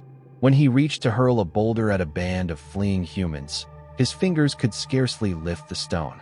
The power that had once defined his very existence was ebbing away, draining from his immense form drop by drop, moment by moment. And he was not alone in this decline. The other giants felt it as well. Hahiah roared in rage, a sound meant to shake the heavens, yet it barely stirred the dust beneath his feet. Mahez discovered that the speed which once blurred his movements into liquid grace had now slowed into sluggish stumbles. Their divine gifts, once feared by mortals, once revered as godlike, were fading like the remnants of forgotten dreams. At first, confusion turned to suspicion. Then suspicion gave way to fury. Old grudges, long buried under the weight of common dominance, now erupted into open violence. Ancient rivalries reignited. Brothers who had once fought side by side turned on each other with teeth bared and fists flying. Their battles scarred the earth, carving valleys and crushing forests. but each clash left them weaker than the last. Their blows, though still capable of leveling cities, drained what little strength remained. The Watchers, bound in their divine chains, could offer no guidance, no wisdom, no comfort. Shamahaza writhed helplessly in his prison, watching from afar as the dominion he had once orchestrated began to unravel. Azel's wrath burned cold and impotent behind the walls of his captivity. No matter how violently his rage boiled, it could not break the barriers that caged him. And humans, those who had cowered in fear for generations, began to notice the change. A merchant bold enough to cross into a known feeding ground returned to tell of giants moving slowly, their hunger seeming less urgent, their eyes less sharp. Word spread like wildfire through the survivor networks. The Titans were growing weak. What followed were the first acts of defiance in living memory. A shepherd refused to hand over his flock when confronted. A village elder stood his ground when commanded to offer human lives in tribute. These men and women, once doomed to die with a whisper, discovered the giants no longer possessed their former speed, their crushing immediacy of violence. As divine judgment continued its relentless descent, the weakening accelerated. Powers once thought immutable as the stars were now revealed to be borrowed gifts, subject to revocation. The giants found themselves trapped in bodies that grew heavier with every passing day, their immortal vigor leaking out like water from a cracked vessel. Starving for strength, they grew desperate. Once, they had chosen to feast on human flesh for pleasure or power. Now, they consumed anything within reach: tree bark, raw soil, entire forests. They stripped hillsides bare, drained lakes dry in futile attempts to appease appetites that had become bottomless curses. Their behavior grew more erratic, more unstable with each failed meal. Some turned on their own kind, attacking their brethren with the same brutality they had once reserved for humanity. Others collapsed mid-stride, unable to support their own mass, their lifeless forms becoming monuments of failure, landmarks of a dying age. And with their fall, so too fell the civilization they had built atop bones and fear. Great towers constructed from human remains crumbled into heaps of rubble during earthquakes the giants no longer had strength to prevent. Bridges that had spanned canyons snapped apart as the unnatural forces binding them dissipated into the wind. And from the shadows, from caves and shattered ruins, humanity emerged. Survivors crept cautiously through the wreckage of strongholds once thought indestructible. They picked through the debris, salvaging whatever remained of use. The sensation of freedom tasted strange on their tongues, freedom laced with uncertainty, colored by the scars of long oppression. For the world they inherited was not the world of their ancestors. The land itself bore the wounds of divine war. Mountains had shifted, rivers had been redirected to suit giant needs. Entire landscapes lay desolate from endless feeding frenzies. And now, with the giants gone, humanity faced a different kind of trial, the long, grinding labor of rebuilding from ruin. Many basic skills had been lost, forgotten in the chaos of survival. The knowledge of planting, of engineering, of leadership and community, all had to be relearned from the ground up. But not all had been erased. Some isolated human enclaves had preserved bits of ancient wisdom. These pockets of knowledge became beacons of restoration, offering guidance and training to the weary refugees seeking a future beyond fear. New teachers emerged, guides who could teach how to till soil again, how to raise structures that would not collapse, how to govern by wisdom rather than terror. And in this new beginning, the full extent of the giants' influence became painfully evident. Tools and weapons derived from the Watchers' forbidden knowledge still functioned, but not without consequence. A sword that never dulled might drain the very life of the one who wielded it. Armor that turned away all attacks could trap its wearer in a living tomb. Many communities made the choice to abandon these cursed innovations, choosing instead to melt the weapons down, to forge shovels and plows from tools once designed for death. Buildings raised with giant technique were torn apart, replaced with structures simpler, more human, more sacred. Trade routes that had once been severed reconnected as the land grew safer. Caravans returned, no longer shadowed by monstrous hunters. Goods made by human hands began flowing again. Life, fragile but persistent, resumed. Markets flourished in places where blood had once been spilled. Songs and stories returned, filled with sorrow and memory, but also hope. Words once associated with the time of the giants faded away. New languages, new customs, new rhythms were born. And though every melody carried the undertone of loss, they also echoed with survival. Temples rose again from the bones of ruins, and the altars were rededicated, not to false gods or fallen powers, but to the Most High, whose justice had ended an age. Yet rebuilding proved slow. Too much had been lost.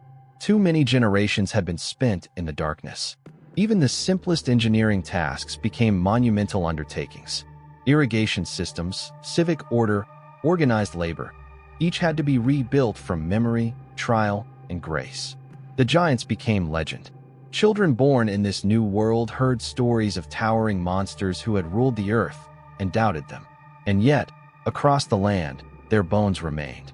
Some survivors used them to construct monuments, hoping to warn future generations of what happens when power divorces itself from purpose.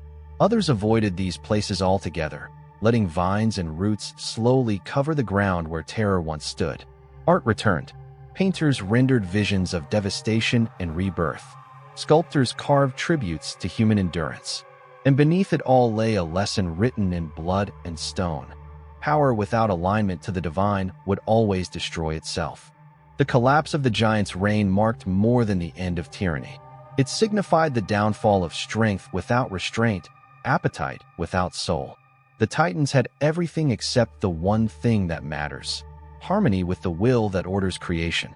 New governments rose, built not on domination but on justice. Leaders learned to serve rather than command. Laws were written to shield the weak, not glorify the strong. But beneath all this hope, wise eyes still saw danger. For the seeds of corruption had not been eradicated, only buried. They remained scattered, dormant, waiting for fertile ground. The giants were gone. Their reign had ended. But the wounds they left behind would take generations to fully heal. And the memory of their darkness would echo long into the age of rebuilding. Languages began evolving swiftly during this fragile but determined age of renewal. Many of the terms that once defined the era of the giants were consciously forgotten, buried like the bones of their fallen masters. In their place, new expressions arose, words of rebuilding, of healing, of beginning again. Poetry and song gradually returned to the rhythms of daily life. Yet every melody carried a haunting undertone, a lingering ache for everything that had been lost. Across the lands, a spiritual awakening stirred. Religious practices that had withered under giant oppression began to bloom once more. Communities, hungry to understand the force that had rescued them from annihilation, revived worship with fervent sincerity. Temples rose again from the shattered remains of giant fortresses, built stone by salvaged stone. Altars once defiled were rededicated to the Most High, whose hand had shattered the dominion of the Titans. But though hearts were willing, the labor of rebuilding was slow and arduous. Entire generations of knowledge had vanished during the dark age of giant rule. Simple techniques, once passed from parent to child without thought, now had to be rediscovered as if for the first time. Organizing construction projects, restoring irrigation systems, laying the foundations of governance. Each of these became monumental challenges for societies that had long focused solely on survival. The giants themselves began to drift into the mist of legend. Though their corpses still littered the land as evidence, children born after the collapse heard tales of the Titans that sounded more like myth than memory. The human mind strained to accept that such monsters had ever truly walked the earth. Some survivors, refusing to let the past be erased, gathered the bones of fallen giants. They raised monuments upon those foundations, grim reminders of the price of unchecked power and spiritual rebellion. Others avoided those sites entirely, letting wild vines and time obscure the horror.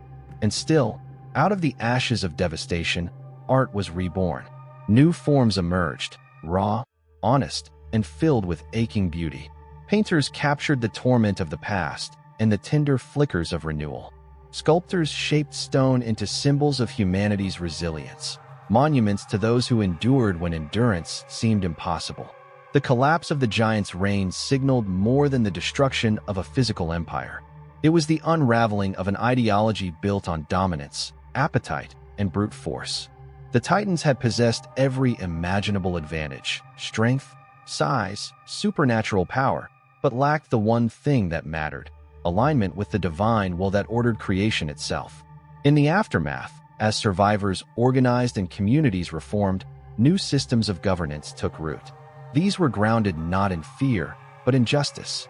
Leaders arose who sought to serve their people rather than subjugate them. Laws were written to shield the vulnerable rather than favor the powerful. And yet, even in this era of restoration, not all was well. Those who watched closely saw troubling signs begin to surface. The dark corruption that had once nurtured the rise of the Titans had not been completely purged. Scattered remnants, seeds of ancient evil, still lay dormant across the world, awaiting conditions ripe for awakening. Though the dominion of the giants had ended, the earth they left behind bore scars that would not fade quickly. Healing would take generations, and the memory of what had been lost would echo through those generations like a distant thunder. In a quiet valley, untouched by recent chaos, Noah worked his fields beneath skies washed in golden light. The morning dew glistened on grass still pure, unstained by corruption. His hands, worn by years of honest labor, guided the plow through furrows first carved by his father and grandfather. Here, the land responded to his care with generosity. The grain ripened with the flavor of sun and rain. His vineyard yielded fruit so rich with joy that neighbors often gathered to taste his wine and sing songs that remembered creation's innocence. Noah's presence preserved a sanctuary, a pocket of the world where divine intention still breathed through soil and sky. His family worked beside him in harmony, bathed in afternoon light. Naamah, his wife, moved through the garden with grace that made labor seem like liturgy. Their sons, Shem, Ham, and Japheth, grew into men who wore righteousness like a mantle passed from their father. Shem showed uncanny sensitivity with animals, calming even the wildest creatures in the nearby fields. Beasts that feared humans elsewhere would approach him without hesitation, drawn to the peace that rested on his family. Ham, with his patient hands, could bring stubborn seeds to bloom. Japheth shaped tools and furnishings with a mastery that rivaled seasoned craftsmen. Their household preserved the ways of their forebears, their lives ordered by sacred rhythms. Each dawn began with prayer lifted to the Most High. Each dusk ended with quiet thanksgiving. But Noah bore burdens he did not speak aloud. Though peace surrounded him, his spirit trembled. His prophetic sight brought visions that tore through his sleep and weighed on his waking thoughts. He saw shadows creeping over the world, as if ink were being spilled across water, darkness rising again, even after the fall of the giants. Creation had not been fully cleansed. The corruption had survived. One evening, as twilight fell and stars emerged in a sky that seemed to press closer than usual, Noah wandered his vineyard alone. The air crackled with tension. Even the insects fell still. The world held its breath. Then the voice came, not in storm or fire, but as a whisper that filled every corner of the valley. Noah knew it at once. It was the voice that had spoken light into existence. Noah, it called. The name resonated like music from before the foundation of time. Servant of righteousness, keeper of the ancient ways. Noah fell to his knees, surrounded by rustling vines. "I am here, Lord," he said, voice quivering with reverence. "Your servant listens." "The earth is corrupt," said the voice, every word heavy with sorrow. "It has grown beyond healing. Violence dominates men's hearts. Their thoughts are stained, evil continually, without pause." Noah's vision expanded. He saw the world beyond his peaceful valley. Cities alive with forbidden rituals, humans practicing dark arts inherited from the Watchers. Portals torn open to realms that should have remained sealed. Cruelty had become commonplace, almost casual. The Most High's voice continued, solemn and resolute. "The giants have fallen, but their corruption flows still through human veins. It will reach even here." The voice did not deny the state of the world. "The giants have fallen," it acknowledged, solemn and weighty, "but their corruption remains behind. It now seeps into human hearts like venom through the veins of a dying creature. Soon, even the places that still seem untouched by darkness will be overwhelmed." These words struck Noah with the force of physical weight, pressing upon his soul like stone. Even here, In this valley he had nurtured and protected with prayer and obedience. The corruption would eventually arrive. This final sanctuary, his sacred refuge, would not remain undefiled forever. "What would you have me do, Lord?" Noah asked quietly, though some deep place in his heart had already begun to sense the magnitude of the task about to be revealed. "I will destroy all flesh," came the reply, a decree heavy with both infinite sorrow and absolute resolve. "I will cleanse the earth with waters that rise above the tallest mountains. Everything that draws breath will perish, except what I preserve through your obedience." Noah staggered inwardly beneath the scope of what was unfolding. This would not be a single nation judged, nor a regional calamity. This would be an event of total purification, a global flood sweeping away every settlement, every structure of evil, every trace of the Watcher's blasphemous legacy. "But you," the voice continued, and now its tone softened with a warmth like golden light breaking through storm clouds. "You have found favor in my eyes. You and your household will be spared. Through you, the world will begin anew." The enormity of the calling struck Noah like thunder.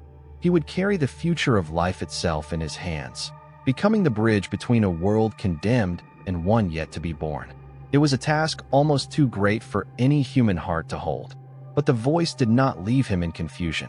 "I will instruct you how to build a vessel," the divine voice said. "It must be large enough to hold your family and representatives of every kind of living creature. Use gopher wood. Seal the vessel inside and out with pitch. Divide it into rooms and levels according to the plan I will give you." The details poured into Noah's mind like flowing water, clear, precise, immovable. 300 cubits in length, 50 cubits in breadth, 30 cubits in height. A window finished within a cubit from the top. A single door set in the side. 3 stories within. Noah's hands, trained through a lifetime of honest work, began to envision the structure not as theory, but as labor, real timber, real pitch, real sweat. This would not be a ship to traverse oceans. It was not designed for speed or navigation. It would be a lifeboat for the whole of creation, a sanctuary afloat upon chaos, engineered to endure a cataclysm no one else would survive. It would need to be utterly self-sustaining, capable of holding all forms of life during a stretch of time that defied estimation. 2 of every kind will come to you," the voice said.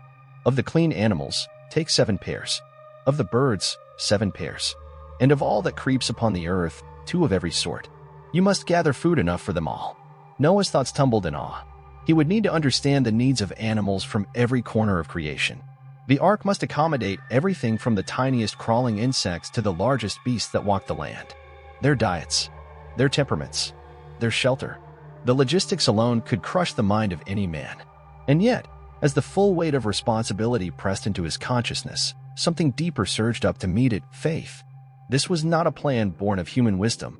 It was divine instruction. And the one who commanded the work would also provide the strength to carry it through. Where reason failed, trust would stand. "When will this judgment come?" Noah asked, heart pounding with urgency and humility. "I give the world 120 years, the voice answered. "A span of mercy, a season of warning, time to repent, time for you to build. When that time is fulfilled, I will bring the waters, and all flesh that breathes under heaven will be destroyed."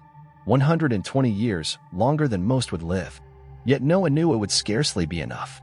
He would need to gather enormous resources, recruit help from those who could be trusted not to betray the mission, plan every inch, every detail. The survival of the future depended on careful, faithful obedience. "Go," the divine voice said, now fading from the air like incense on the wind. "Begin the work. Be faithful in the smallest things, and I will entrust you with greater. Do not forget, Noah, you carry the hope of all creation." The vineyard grew quiet again. Stars wheeled in the heavens above as they had since the dawn, and the leaves stirred gently in the night breeze. But everything had changed. Noah remained on his knees in the soil, overwhelmed not with fear, but with purpose. At last, he stood and turned toward home. Each step bore the weight of destiny. Tomorrow, he would begin gathering the gopher wood. Tonight, he would pray for the strength to become worthy of the divine trust placed upon his shoulders.